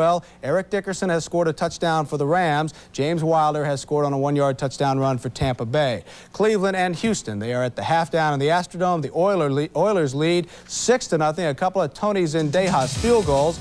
And so far, it has been costly for Cleveland. They have lost Eddie Johnson, the Browns' leading tackler. Bernie Kosar started today, his first NFL start, and he was intercepted, although it wasn't his fault. The ball was tipped in the air, and the Oilers lead 6-0. Buffalo and New England, the game that you are watching. As you know, Tony Eason is now out. He has thrown a couple of interceptions. Steve Grogan replaced him and fumbled the first snap that he took. Of course, the big story in Buffalo, the return of that man. Joe Cribbs is back, although on the sidelines. Both Tony Eason and Vince Ferragamo have had interception problems. Here is a key interception, though. Derek Burrows, his first pro start, intercepts Eason in the end zone to stop a drive. Charles Romes will intercept Eason here. That set up the Buffalo field goal. Buffalo had 6 takeaways coming in. They have already had 4 today. 3-0 Buffalo. Detroit and Washington, the Redskins still on track. 17-3 the score at RFK Stadium. The Lions haven't won in Washington since 1937. And at County Stadium in Milwaukee, Minnesota and Green Bay have just gone into the third quarter. They are locked at 7. Lynn Dickey's thrown a 5-yard touchdown pass to Jesse Clark. Tommy Kramer responded with a 14-yard touchdown pass to Mike Jones. And Philadelphia leads St. Louis in another of a game that you could call a surprise, 13-0. They are in the second quarter. Now, Mr. Axhelm, you have struggled watching this game. Well, I have. You know, I have to mention one thing. You keep saying it's surprising that Cincinnati is so far ahead of the Giants. It was my best bet, the Bengals today. So it wasn't a I'm surprise allowed one to you. little gloat. But am I watching that game? No. Am I watching Pittsburgh and Dallas? No. The masochist that I am, I've chosen to watch the Patriots and the Bills, and it qualifies as my first lethal injection game of the year. If you're on death row and they give you a choice between hanging, a lethal injection, or watching this game, you have to choose between the hanging and the lethal injection. Peter, you need a rest. You need a rest. Earlier on our pregame show, by the way, Larry King said that the Players Association will sign an agreement for drug testing in Major League Baseball. Donald Fair, the director of the Players Association, denied the story, but he did confirm a few moments ago there has been a proposal from the 26 clubs concerning drug testing, but that no plan is imminent. We still have a half of football to go. Stay with us as our halftime activities continue here on NBC.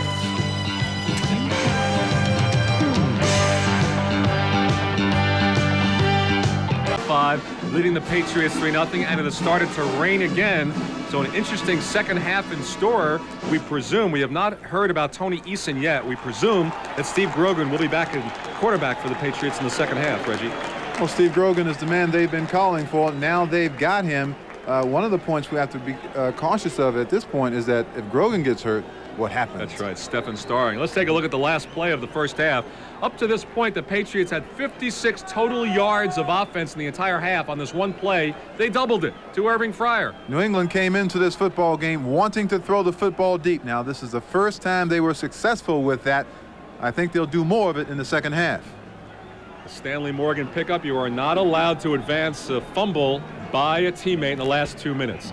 Now, early in the game, Reggie went on the limb and told you what the keys to the game were. So let's do our report card on Reggie now and see how you did. Here is the keys you said that Buffalo had to face to win this game. Lenny, for Buffalo, they must run the football and gain at least 4 yards or more a carry on first down so that they can control the time of possession. You know that New England wants to throw the football with their dangerous passing attack, so Buffalo must control the football, and we'll give you an idea of how much they did control it in the first half. You also said they had to possess the ball for a long period of time. They did that. Now you said the Patriots' keys to win the game. Patriots had to throw the football on first down and attack the Buffalo secondary deep. I think one of the reasons why they're behind in this football game right now is because they didn't do that successfully enough on first down until the very last play of the half. And the big story of the first half, the turnovers. The Patriots turned it over 4 times, Buffalo 2.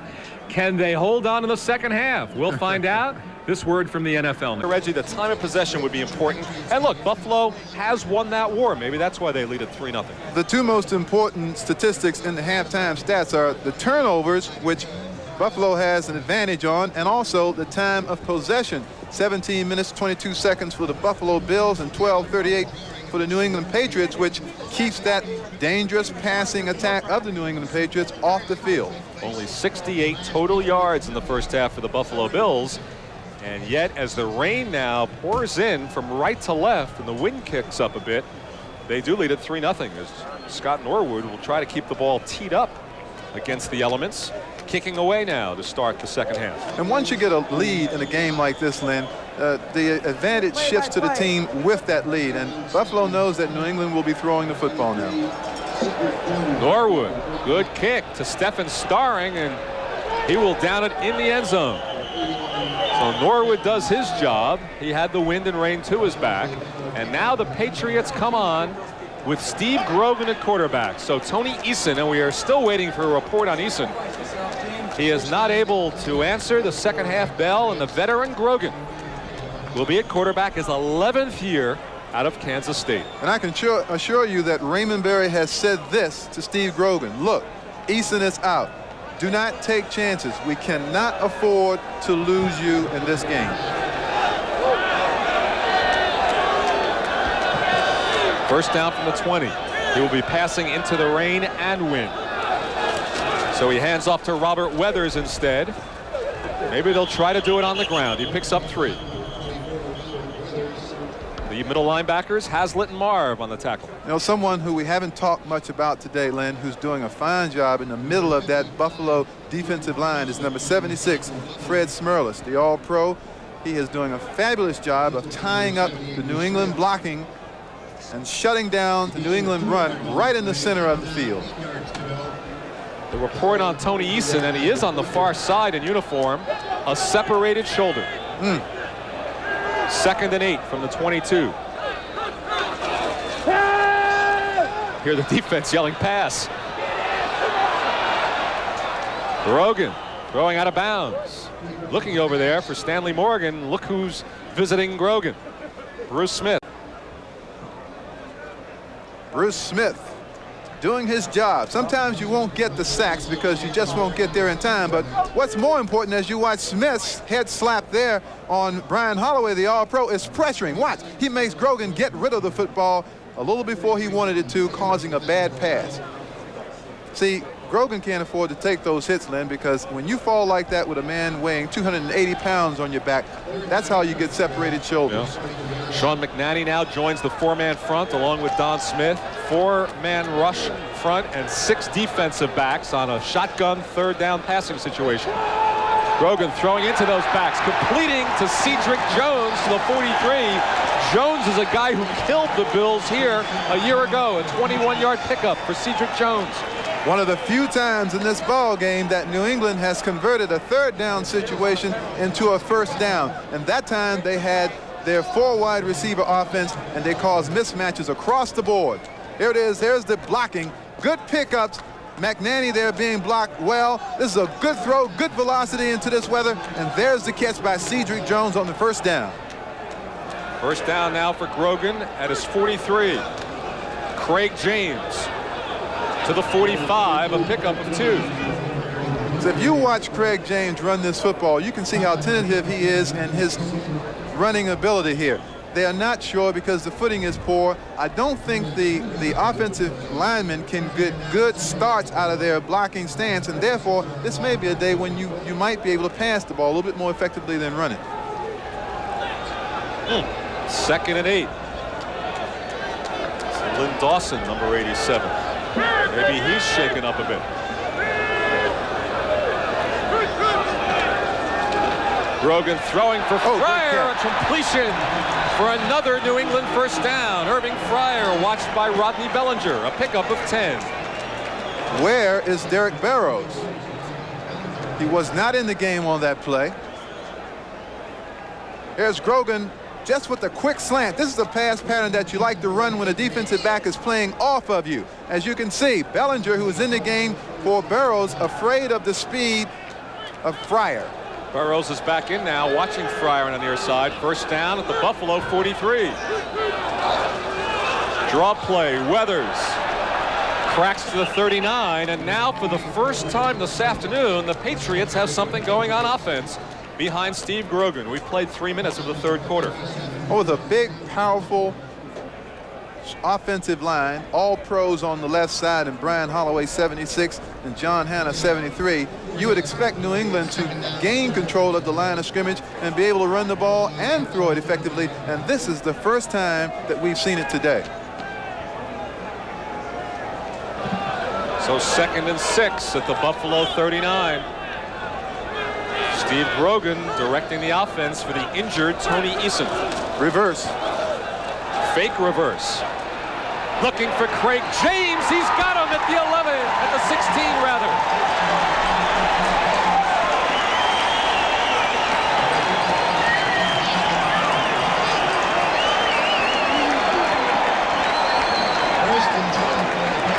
Finally something for Patriots fans to cheer about. 23 yards. The fake reverse, just trying to freeze the people in the secondary, particularly the linebacker. Darryl Talley there covering number 32, Craig James, who happens to be the fastest New England back. He couldn't stay up with him.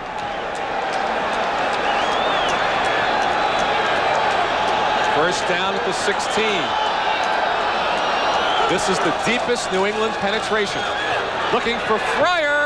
Touchdown. Touchdown, Patriots. Grogan has done it. Just a sensational catch.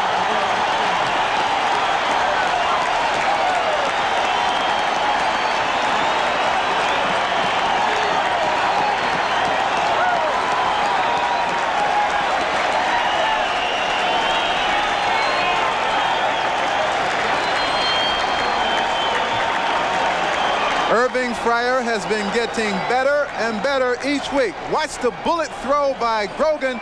Bottom of your screen, a sprawling diving catch by Irving Fryer on the wet turf. Slam dunking the ball. New England has its first touchdown.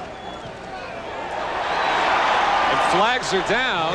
The kick is called good. The first sustained drive of any kind is Morgan. And Sims congratulate Fryer for a second receiving touchdown. The defensive touchdown. team had 12 men on the field. Will penalize on the kickoff. The point is good. 12 men on the field. Bills did that against the Colts as well. So suddenly the momentum is swung towards the Patriots. 16 yards, Grogan to Fryer. 7-3 Patriots. Steve Grogan was replaced. His quote was, 5 bad quarters and there goes my career. Now a separated left shoulder to Tony Eason. The comeback is underway. Grogan led them 80 yards with the second half kickoff. The Patriots lead. The kickoff is short and out of bounds, so the yards they lost on the 12 men on the field, Buffalo will get back now on the ensuing kickoff. Special teams people just hate this. I mean, they have a disdain for kickers that kick the ball out of bounds because now they've got to go back, run down again. 51 was offside, and we had a kickoff out of bounds. We'll re-kick with a 5-yard penalty. And normally, if you have a big play on a kick return, it's usually in this situation because you're asking the coverage people to do it over again. That's what happened last time they met, Reggie. Is that right? When Irving Fryer had that 85-yard punt return for a touchdown, it was the second punt. Donald Wilson was downfield too fast the first time around. They had a punt the second time. Boom, just as you said, touchdown. That was the key play. Franklin, who has not missed an extra point or had a kick blocked as a New England Patriot for 2 years now, will tee it up now from the 35. Franklin just doesn't get the kind of distance that they would like on kickoffs. He kicks the ball short, and it gives the return man an advantage. And he still doesn't reach the end zone at the 5. Richardson. Eric Richardson gets a good return to the 36. He is finally dragged down by Fred Marion. We have an update coming your way. Let's go to Bill McAtee. All right, Lynn, the Browns have struck early in the third quarter against Houston. Bernie Kosar has thrown his first NFL touchdown. Here it is to Clarence Weathers. The play covers 68 yards. It is now 7-6. Cleveland leads for the first time. And here, Bill, Clarence's brother Robert's team, the New England Patriots, lead for the first time. 7-3. The Bills will start at their 35. First and 10. Ferragamo had a struggle in that first half. Hopes to turn it around with Norris in motion. Pressure from Sims. Completion to Bell to the 40 for a 5-yard pickup before Johnny Rembert brought him down, number 52. Remember, we told you about the keys to the game for the Buffalo Bills. They want to run the football, control time of possession, and pick up 4 or 5 yards on first down.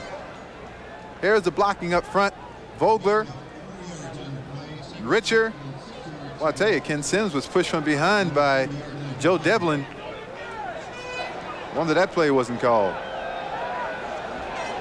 One was called earlier. 2nd and 5 at the 40 for the Buffalo Bills. Here comes Rembert. Got it off to Bell. Bell's got a first down and more. Finally run out by Fred Marion close to midfield.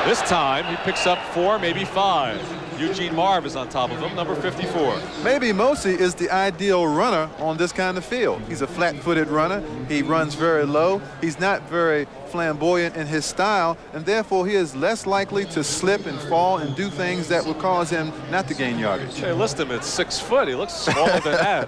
They have a huge offensive line down there, though. Brian Holloway, for example, is 6 feet 7 inches tall. So 2nd and 6 at the 24. 7:35 remains in the 3rd quarter. The Patriots lead 7-3. Their offense has clicked here in the 2nd half behind Steve Grogan. To Tupu a 3rd time. And another first down.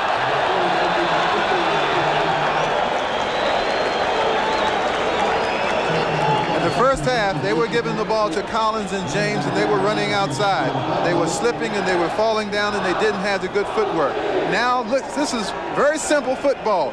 Run the football straight ahead. Look at the good block by Brian Holloway blocking in there. You're right. Maybe he's the kind of runner for these conditions. 3 straight rushes, a total of 24 yards. The Patriots have it. First down at their 33. This time it's Collins. Big hole for Collins, and a flag is down as Tony gets to the 44. This may come back, though, after a pickup of 11. Maybe a hold. 87 offense, holding, 10-yard penalty, we'll replay the down. Lynn Dawson, the tight end. They don't throw to the tight ends much here, not like the days when Russ Francis played at that position. The tight end mainly blocks, and that time a hold was detected. Let's see if we can't detect the hold. There it is, 87. Lynn Dawson right there has his hand in a lot of jersey. The interesting thing about the strategy here is run the ball up the middle, run it up the middle, and then run outside, and you saw there was a running lane outside. So this will be costly. Yet another penalty that hurts. Instead of first down at the 44, it's 1st and 20 at the 23. Wide open, Stanley Morgan. That got him where the last run did. Same spot, 44-yard line. Pickup of 19. One of the reasons that's happening is because Martin Bayless, the safety, is supposed to be double teaming on that wide receiver, but he is not getting over there in time. Watch Bayless, 43. See, he's arriving too late, and 29 Barrows can't cover both short and deep. That's Bayless's responsibility. Long pickup, first down. The Patriots are moving. First down at their 44. They overcome that penalty.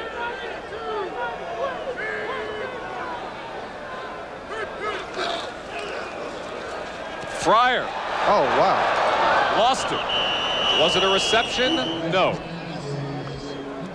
Ruled incomplete. He had 2 shots at it. I thought he grabbed it the 2nd time, but couldn't hang on. On that kind of pattern, Lynn, that kind of throw is the receiver's best friend, because you want that ball low so that you can catch it and get down out of the way of that hit that's coming right at you. Dallas leading Pittsburgh in the 3rd quarter.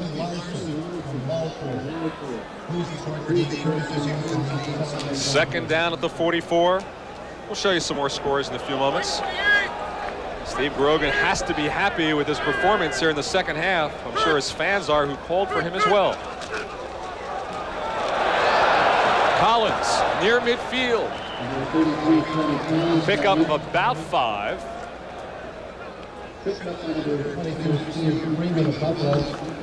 The game looks so much more artistic. There's Denver leading Indianapolis 9-3. Giants, they trail 21-0. Now they're back within 11 of the Cincinnati Bengals. Tampa Bay, that's a shocker. Rams are undefeated. Tampa Bay's winless. Houston continues to lead Cleveland. This is 3rd and 4 at midfield. Flag is down. He's open.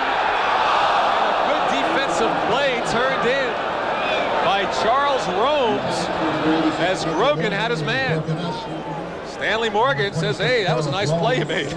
Charles Romes has played forever without publicity, without recognition. He is an outstanding cornerback and recovers well. Look at that play by gorgeous Charles play. Rome. Motion, number 67 offense, penalties refused, 4th down. Was motion anyway, but how often do you see a wide receiver come back and tell the cornerback, you just made a great play? We call that recovery speed, and Wow. Charles Rome really does that very well. Once he's beaten, to get back and make a great play. That is as pretty as a defensive cornerback play as you will see. Morgan had 2 steps on him. Rome's came back on a flying play to tip it away. And now Rich Camarillo will punt away to Donald Wilson. And Donald Wilson is a good return man. Good kick into the wind. Fair catch called by Wilson, and he takes it at the 11. So with 5:43 remaining in the 3rd quarter, the Bills get it back, trailing by 4. Camarillo does his job. The Buffalo Bills start at their 11. First down. Greg Bell has been their offense, and he picks up perhaps 3 to the 14 before Tippett stops him. I don't know what the percentage of handling the ball Greg Bell Right. is, Must but be high, huh? he handles the ball so much that it's very easy to defend a team that's giving the ball to one man so much. They need to get some of the other players involved in their offense. Andre Reed is a terrific athlete. He has breakaway ability. They have Jerry Butler on the football field. They need to get the football to some other players. Kenneth Sims heads out. He's replaced by Julius Adams. 2nd and 8 of the 13. Ferragamo passing to Bell. Once again, there's that man. If you watch Bell, you're watching their offense. Out to the 25. First down, Buffalo. Johnny Rembert over there. Well, if Joe Cribbs is ready next week, and he's in street clothes today, if he can play, that will be one of the more exciting backfields in the National Football League. Bell and Cribbs. Now, Cribbs was running earlier today in sweats. The team doctor told me didn't have the stamina, had trouble running a little bit, so he'll need to work up his shape for next week if he hopes to play against the Colts in Buffalo.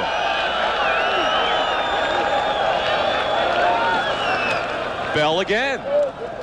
Bell getting tired, maybe? 6-yard gain. All right, let's check in with Bill McAtee for another update at NFL 85.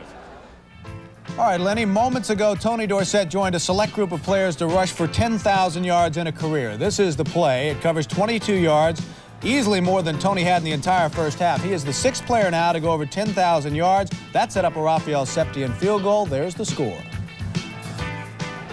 I wonder if the fact that Bill McAtee's from Texas is why he keeps showing us these Dallas highlights. I don't know. Congratulations, Tony Dorsett. And Greg Bell, he may get 10,000 in his career the way he's going. Another first down. Every play in the series to Greg Bell. He's to the 36. Fred Marion on the stop. Used to be an old adage among head football coaches around the National Football League that when in trouble, think players and not plays. And since Greg Bell is the best player on this football team, maybe it's the right thing to do as far as Hank Bull is concerned. Just give him the football. How about a play-action fake right now to Greg Bell, or a pass from Greg Bell, something to use him as a decoy? Would you like to be an offensive coordinator? No. Oh. Play-action fake to Bell. Over the middle to Bell. I mean, you know, this is easy to spot. We hire some very expensive spotters in the booth. We don't need them today. Number 28, Buffalo, up to the 45.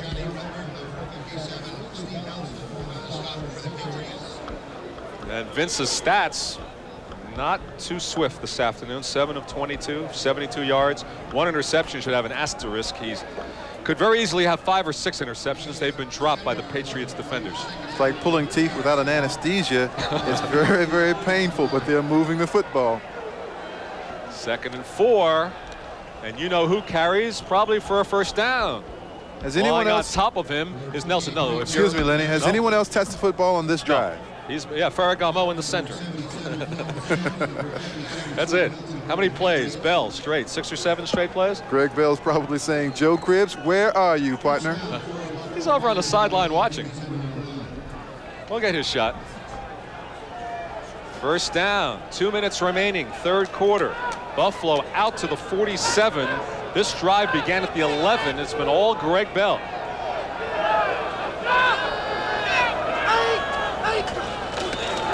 Not this time. Ulysses Norris, the tight end, his first reception inside the 40.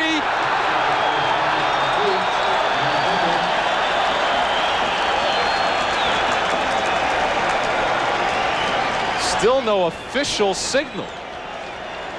And finally, now you see why they didn't want to give the ball to anyone else.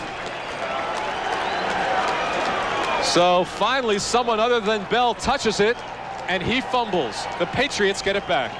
After 2 years in the USFL, Joe Cribbs, with over 4,000 NFL rushing yards, hopes to make it back next week. First down for the Patriots at their 35. Fryer in motion. Ooh, what a hit! Guy Frazier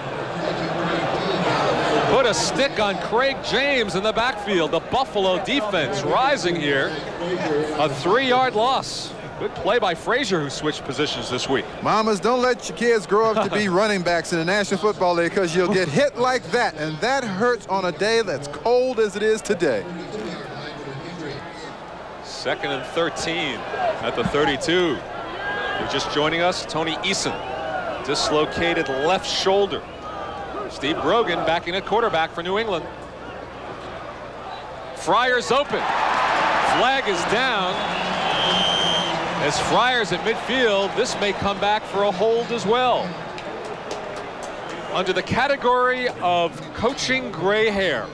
67 offense, holding, be a 10-yard penalty, replay the down, 67. Mother, don't let your boys grow up to be head coaches. Their hair will turn on statistics that read 7 turnovers, 8 sacks, and 17 penalties, and we are still in the 3rd quarter. That's for both teams combined. Steve Moore on the left side of your screen, number 67, gets flagged for this one. Illegal use of the hands, which is holding or whatever it is that they do, that's illegal. He was caught that time. And now Grogan faces 2nd and 23 from the 22.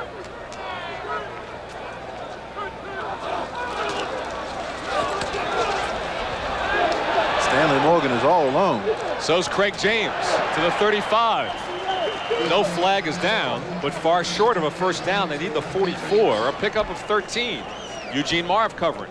And I think this is excellent to see a guy like Steve Grogan come in and play this kind of football. You know, they have relief pitchers in baseball. Why not have him in football? It works. Watch 14. Good looking mobility. around. Yeah. That's right. That's one of his assets, being able to move and throw on the run. Craig James comfortable right there on the sideline, picks up a spot. Eugene Marv with the hit. Grogan now facing 3rd and 10. 6 defensive backs in for the Bills. 4-man front. Let's see if they get a rush on Grogan out of the shotgun. They're looking like they're blitzing. Plenty of time. Coming back for the ball is Stanley Morgan, but did he come back a bit too far? Let's see where they place it. Maybe shy of the first down. And the crowd, if he is short, wants him to go for it. I believe I have to go for this if I were Raymond Berry at this You used point. to say that as a player all the time. However, the Patriots are going to punt it away with a 4-point lead. I tell you, it's barely the length of a football required for the first down. I'll never forget entering the Patriots locker room in the mid-70s and interviewing a Patriots receiver by the name of Reggie Rucker, who said, they should have gone for it. We shouldn't have kicked. We should have gone for it. Reggie was always outspoken. That's the end of the 3rd quarter. Patriots 7, Bills 3. We'll be back to Sullivan Stadium in Foxborough after these words from your local station. Patriots should go for it on 4th and short, but Raymond Berry is Mr. Conservative. And I don't have to answer to Billy Sullivan, the Patriots owner. That's right. May not be owner for that long. There's talk he'd like to sell the club, and several people have expressed interest. Camarillo, beautiful punt, but he does not get the corner if indeed he was aiming for it. It is a touchback. Vince Ferragamo and Buffalo will start at the 20 as we start the 4th quarter in Foxborough. And I wonder if, because of the fumble by Ulysses Norris on the last possession, he'll become even that much more concerned with someone else handling the ball than Greg Bell. Buffalo with just 136 total yards, just 63 yards rushing. They are last in the NFL in that category, and even though they gained more yardage than New England when they lost 3 weeks ago, now the Patriots have the edge this time around. I was going to say that if you hand the ball to Bell, it becomes the Gong Show, but the guys in the booth said I shouldn't use that line. And you did. Ferragamo not looking for Bell. For Burkett, a flag is down. Interference will go against Ronnie Lippett. A big first down for Buffalo, if indeed it's against the defense, which I believe it is.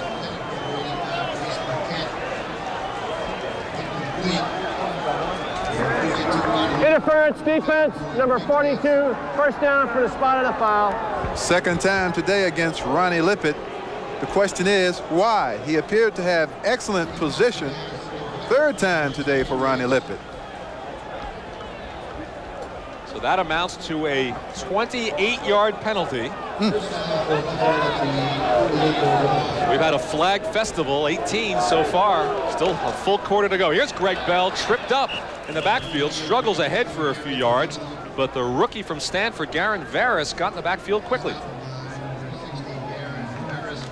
All right, let's check out NFL 85. Maybe Bill McAtee has another Dallas highlight. You got it, Lenny. The Cowboys have just added to their lead against Pittsburgh. Eugene Lockhart will step in front of the David Woodley pass. Woodley had replaced Mark Malone, and the middle linebacker goes 19 yards for the touchdown. Just into the fourth quarter, it is 20-3 Dallas. Hank Buller, always known for making adjustments during the game, making one now. Well, those Cowboys putting on a show down in Texas. Ferragamo had his man, just couldn't connect with Pete Metzelaars, the former Seattle Seahawk. And this will be second down. Here comes Metzelaars from Wabash College. He is 6 feet 8 inches tall and still holds a lot of NCAA small college records in basketball. Hoopster. Some small college players here. Of course, the rookie Andre Reed from Kutztown State in Pennsylvania and Wabash. You do not have to always go to Nebraska or Auburn or TCU or Scott Norwoods from James Madison. If you go to those schools, you're likely to get more money. Before or after. Ferragamo throwing nowhere, overthrowing Ulysses Norris, who was watched by Ronnie Lippett on the near side. Ferragamo just shaking his head, as it's the only gain he had in that little series was the pass interference call against Lippett. So now Kidd will punt yet. The Bills have had an inordinate number of opportunities to score points in this football game and to get field position, but every time they have gotten a break, they have not been able to capitalize. John Kidd will now punt for a 7th time. He's earning his keep today. He's from Northwestern. Fryer again takes it with some daylight. Second time he's done that. So a 38-yard punt, no return. John Kidd does his job. Patriots get the ball back. Foliage weekend in New England. 13:50 remaining in the regulation time to Stanley Morgan. Morgan to the 30 and loses his helmet as well. 17-yard pickup. The rain is misting, a slight wind to the back of Steve Grogan and the Patriots. And I was mentioning the leaves turning colors, but during this football game, just about the only thing falling are penalty flags and loose balls and interceptions. We've had lots of those, but one long drive. And the temperature, it's in the mid-40s, Reg. First down at the 30 now. Patriots lead at 7-3. Grogan to Tupu.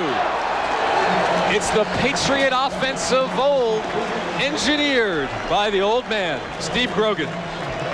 There may be some things that Steve Grogan lacks at this point in his football career, but the one thing he has is the experience that's necessary in a football game like this. The Bills got caught in a blitz that time, and Grogan got rid of the football very quickly. Now watch, coming from both sides, the blitz. And there's Mosi Tupu right in position to catch the ball and take it down the sideline. It's funny to call a 32-year-old player an old man, but many felt with Eason taking over, we'd seen the last of Steve Grogan. Grogan has other ideas as his backfield mates do a tango.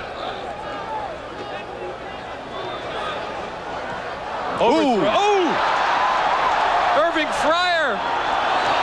I thought the ball was overthrown. Maybe he was going to Fryer in the first place. It looked like he was going to Tony Collins. I thought he was going to the short receiver. That's right, but Fryer's Flyers are happy. The one thing you don't do is jump up in the air and leave your legs behind you. When you reach for a pass like this, you have to bring your legs up so that you don't take this kind of hit. Who's he going to?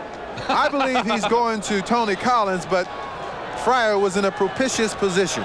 Well, he was in a good position as well. First down at the 35. Fryer in motion. Here come Grogan and the Patriots again. The pitch back to Tony Collins. And dragged down by Martin Bayless coming up from his free safety position. That play doesn't happen too often, you know? Throwing to one guy and another one catches the football. All right, let's run down all the scores now, Reggie. Lots of action in the early games in the National Football League this afternoon. As Bill McAtee told us, Dallas over Pittsburgh, 20-6 now. Denver missed an extra point. That's not 4 field goals. 12-3 over Indianapolis. It's become a game. Cincinnati had led 21-0. They lead the Giants 28-20.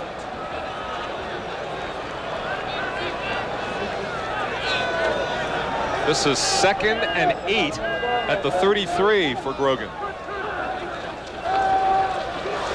All alone. Collins open, short of a first down. Bayless on the tackle. This will set up 3rd and short. 10.5 minutes remain in regulation time. The Patriots with the ball and a 7-3 lead. It's a gain of 5 yards on the play. That makes it 3rd down. And 3 yards to go. At the Buffalo 28. The interesting aspect here is that since Grogan's the man who signal plays to Eason, there's nobody left to signal Grogan. He is calling his own plays. And calling a fine game. Maybe he's calling a better game in the second half than the coaches called in the first half. Good point, Reggie. 3rd and 3. The crowd comes to life. Showing his mobility. Ooh, a hit and an interference call. And it goes against Freeman. That's the worst place to take a Rydell helmet, is in the back, standing straight up.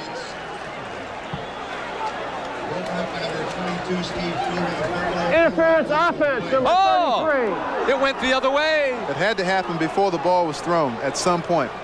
Had to. I saw Freeman acting frustrated. He thought it was against him. It goes against the offense. Left side of the screen. Let's see if we can see it pushing off by the receiver. Ooh. Well, look at, you can't throw a block downfield. That was the call to the right of your screen. That's it. You cannot throw a block on a pass play before the ball leaves the passer's hand.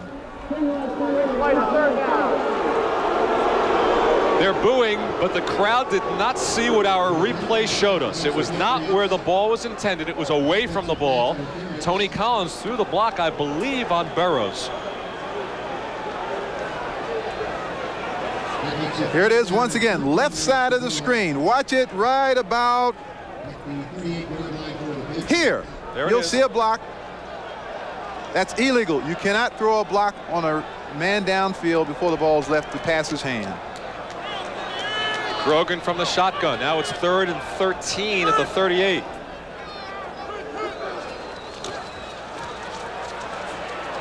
Throwing for Cedric Jones. Incomplete on the far side with Rod Hill covering. Someone ran the wrong pattern. There were 2 receivers in the flight path of the football, and that means somebody had a man over there that shouldn't have been there. So as the result of yet another costly penalty for the Patriots, this sets up 4th down for Raymond Berry's team. And Camarillo will come on. If they had tried a field goal, it would have been a 55-yard attempt with a slight trailing wind. It was impossible for Tony Franklin, but instead they opt to punt. Camarillo goes for the corner. Beautifully gets it. The official keeps walking up. He's going to mark it between the 8 and 9 yard lines. So Buffalo will be pinned inside the 10. 9:39 remaining in the 4th quarter. Buffalo's ball down 4. Well, last year, Reggie, here in Foxborough, the Patriots beat the Bills 38-10. Buffalo went 0-11 at the time, and I speculated they wouldn't win a game all year. Well, it took about 6 days. They went home and beat the Dallas Cowboys at home for their first win last year. On a big play by this man. Greg Bell on the opening play went 85 yards. This time he will not go down. Picks up 5-6 yards before Fred Marion drags him down. That's the thing about Bell that belies his size and speed abilities. He's very strong from tackle to tackle. Well, if they give it to Bell 13 or 14 straight times, they can use the 9 minutes and maybe score. But that seems to be their only hope the way the offense is going. They don't have too many other big plays. Well, it's easier just to turn around and hand him the ball because they can't throw it. 2nd and 2 at the 17. Norris in motion. There's Bell. Gets away from trouble. Fine move by Greg Bell for a first down. The play will only go as a 3 or 4 yard pickup, but he did some yeoman work to get it. Out of Columbus, Ohio, and Notre Dame. The first Notre Dame runner ever to gain 1,000 yards in his rookie year. He is just an extraordinary player. He has very good feet, good vision, as you see him cutting back and darting back. And then, as I said before, he's such a strong player. Bills fans said it was a mistake when Buffalo chose him as the #1 pick last year. They're not saying that anymore. First down Buffalo at their 22. Intercepted. Claiborne. Touchdown, Raymond Claiborne.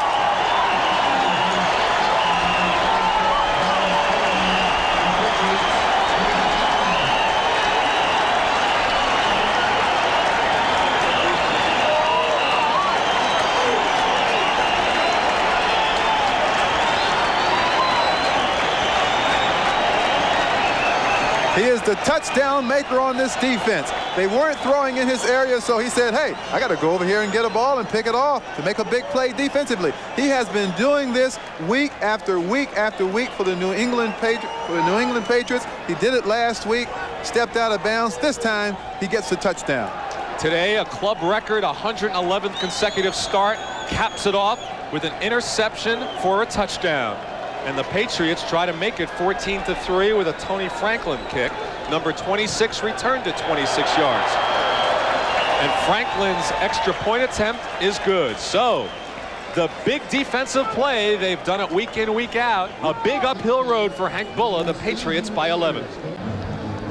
They are not the bad news Bears, but today it's been the bad news Bills and Patriots. 8 turnovers, 8 sacks, 18 penalties. Raymond Claiborne, the man on the turnover for the touchdown. The kickoff to Donald Wilson. Can the Bills come back? Wilson breaks it out to the 33. Now for an update. One more time. Let's go to Bill McAtee, NFL 85. All right, Lynn, the Browns have come roaring back in the second half against Houston as Cleveland has scored again. Bernie Kosar has settled in. Here's the play that set up the latest touchdown. Kosar to Clarence Weathers. Weathers covers 57 yards. This sets up Ernest Biner's 5-yard touchdown run. 21-6 Cleveland. So Clarence the Browns, who's having a big day. They beat the Patriots last week, trying to do it to Houston now. First down for Buffalo at the 33. 8 minutes remain. There it is to Jerry Butler. I think it's the first time he's hit Butler today. Lippett covering. If you're going to throw the ball to the outside, that's the way you have to throw it. You've got to put the ball out there with some velocity and with some zip on it. Now, the pass that he threw a few plays back that Claiborne picked off and ran in for a touchdown was a slowly thrown football. Ferragamo, you saw, was checking out his wrist, looking for a play. That was the first completion to Jerry Butler. First down now at the 45. They'll need a few more. In trouble, the pressure. Ferragamo went down. So did his receiver. Varys was pressuring him, as was Kenneth Sims. With no disrespect. For Raymond Claiborne, the play before that may have broken this game over. 23 career interceptions, but his first career touchdown for the 9-year veteran out of Texas, Raymond Claiborne. Came into the league with 9.4 speed and a 100-yard dash. Very quick cornerback. 2nd and 10 at the 45. Bills need a big play. Draw play, Greg Bell. They smelled that one out. Steve Nelson, the veteran from North Dakota State, was the man who stopped him. The point I was going to make, Lynn, a few minutes ago was that, with no disrespect to Vince Ferragamo, because he has his problems and The entire Buffalo Bills offense has been having problems all year long, but I think the future of the Buffalo Bills and their quarterback situation has to lie in the future of Jim Kelly, who is now playing in the USFL. They've gotten Cribbs out of that league. I think their next priority is to get Jim Kelly at quarterback. They deny there have been any discussions, despite the fact that discussions have been rumored. Shotgun, 3rd and 11. His receiver went down. It was intended for Jerry Butler. He might have slipped. Looking around for a flag. There is none.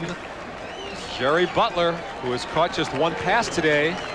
Let's see if we can pick it out. He's Look at the close contact and the close coverage of Raymond Claiborne. But the rule this year, if you're both looking at the ball, no flag. And they both were looking back.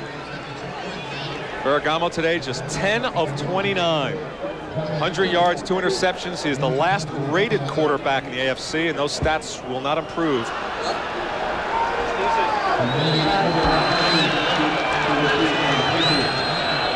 John Kidd to punt yet again to Irving Fryer. High kick. This time Fryer in traffic catches it. 2 times when he was wide open, he called for a fair catch. So, Buffalo special teams.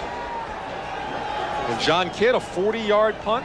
This telecast presented by authority of the National Football League, intended for the private use of our audience. Any rebroadcast or other use of this telecast without the express written consent of the New England Patriots and the NFL is prohibited.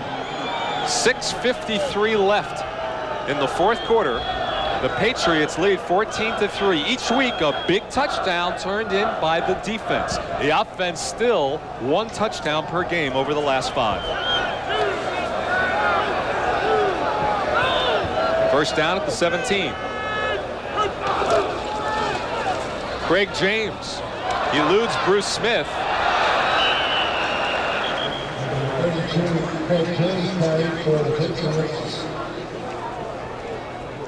See, were they untangled? Smith came back, made the play. Jesse James is his real name, if you can believe that. They have a fan club for him, the James Gang, appropriately enough. And of course, right now, the opponent of the New England Patriots is no longer the Buffalo Bills, but the clock. 2nd and 8 at the 19.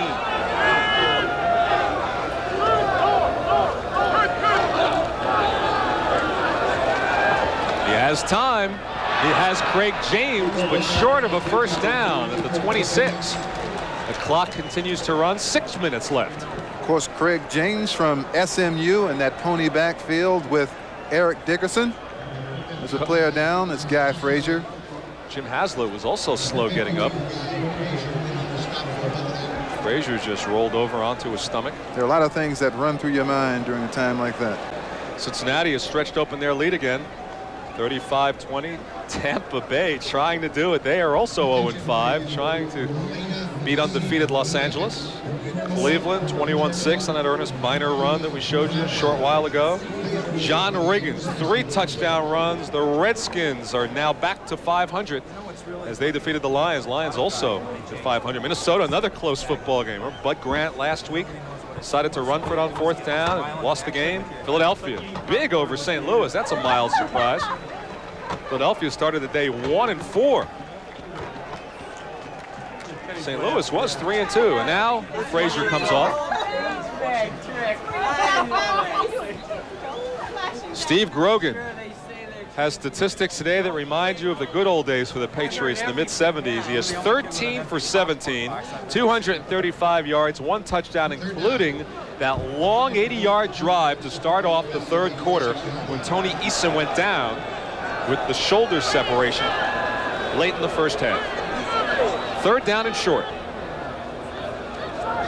Greg Hawthorne in motion. There's their short down yardage man. Tupu fights out to the 35.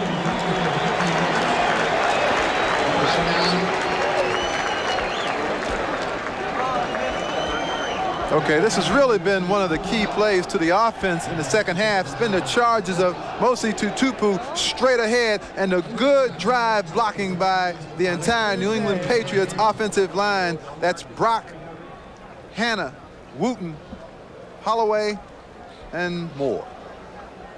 First down at the 35, inside of 5 minutes now. Weathers and James now the back. All that business about who would start in the backfield, Raymond Burry's used all 4 of them. And Hawthorne to make 5 at times. Over the middle, good touch pass to Irving Fryer. Another Patriots first down, and it was the soft touch of Steve Grogan that time, not hurrying it, a 22-yard pickup. We're seeing the coming of age of a very talented football player, Irving Fryer. The very first pick in all of the draft a couple of years ago. Look at the good touch as Lynn Berman described to you. Puts the ball in there softly, and Irving Fryer is beginning to wake up. I thought you were going to say the coming of age of 32-year-old Steve Grogan. When Tony Eason gets healthy, there will be a quarterback controversy in New England, I guarantee you. First down at the 43 of Buffalo.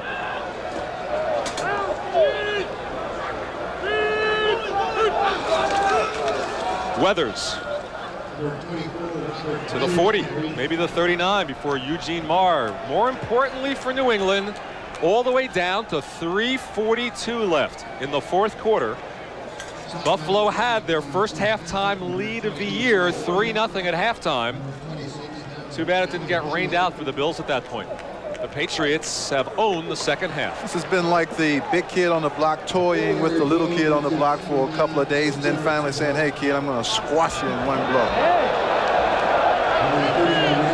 Second down and 5 at the 39.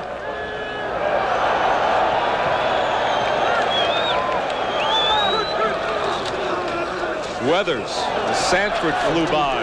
Bellinger misses a tackle. Finally brought down by Martin Bayless, short of a first down. But he stayed in bounds, and the clock rolls with 2:56 remaining.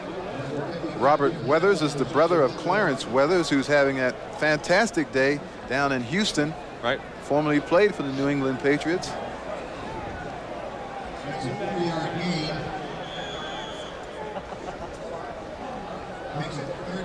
So this will be 3rd down and 2 for the Patriots at their Buffalo 35. You call it, Lynn. Go straight ahead and keep it simple and let the clock run down to the 2-minute warning. Tutupu isn't in the game, by the way. Give it to Weathers now. No, fake to Weathers and throw it.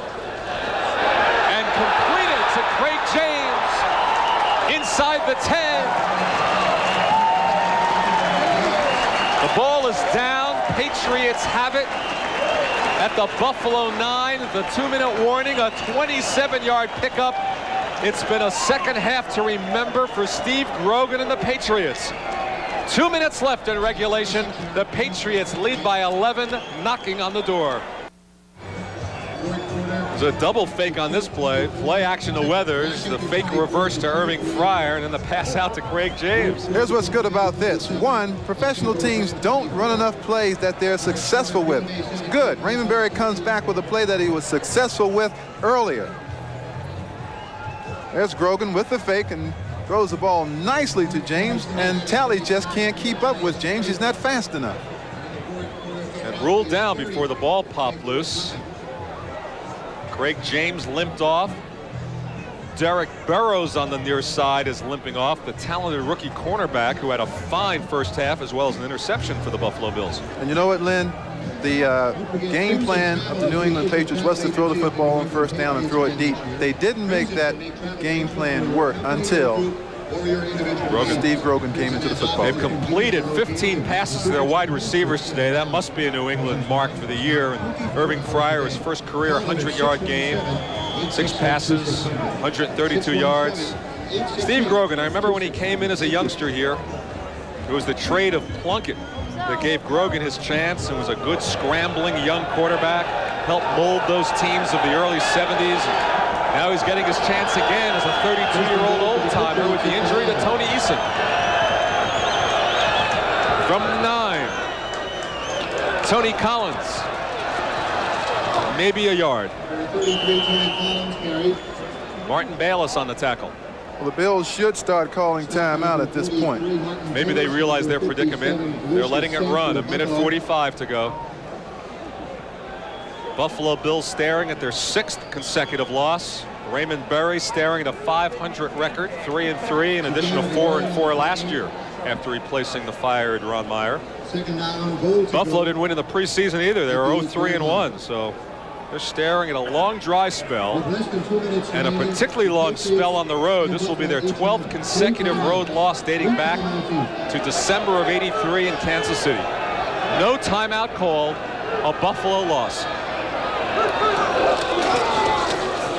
To Tupu, second chance to the 3.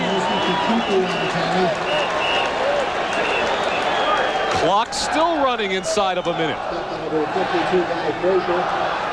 They're just giving it to him, Reg. I don't think that's something that Hank Bulla, as he becomes acclimated and accustomed to the way the game is running in the National Football League, he will start calling timeout here, because you never simply just give up and say, hey, run the clock out. You call timeout and you battle until the game is over. And strange things happen.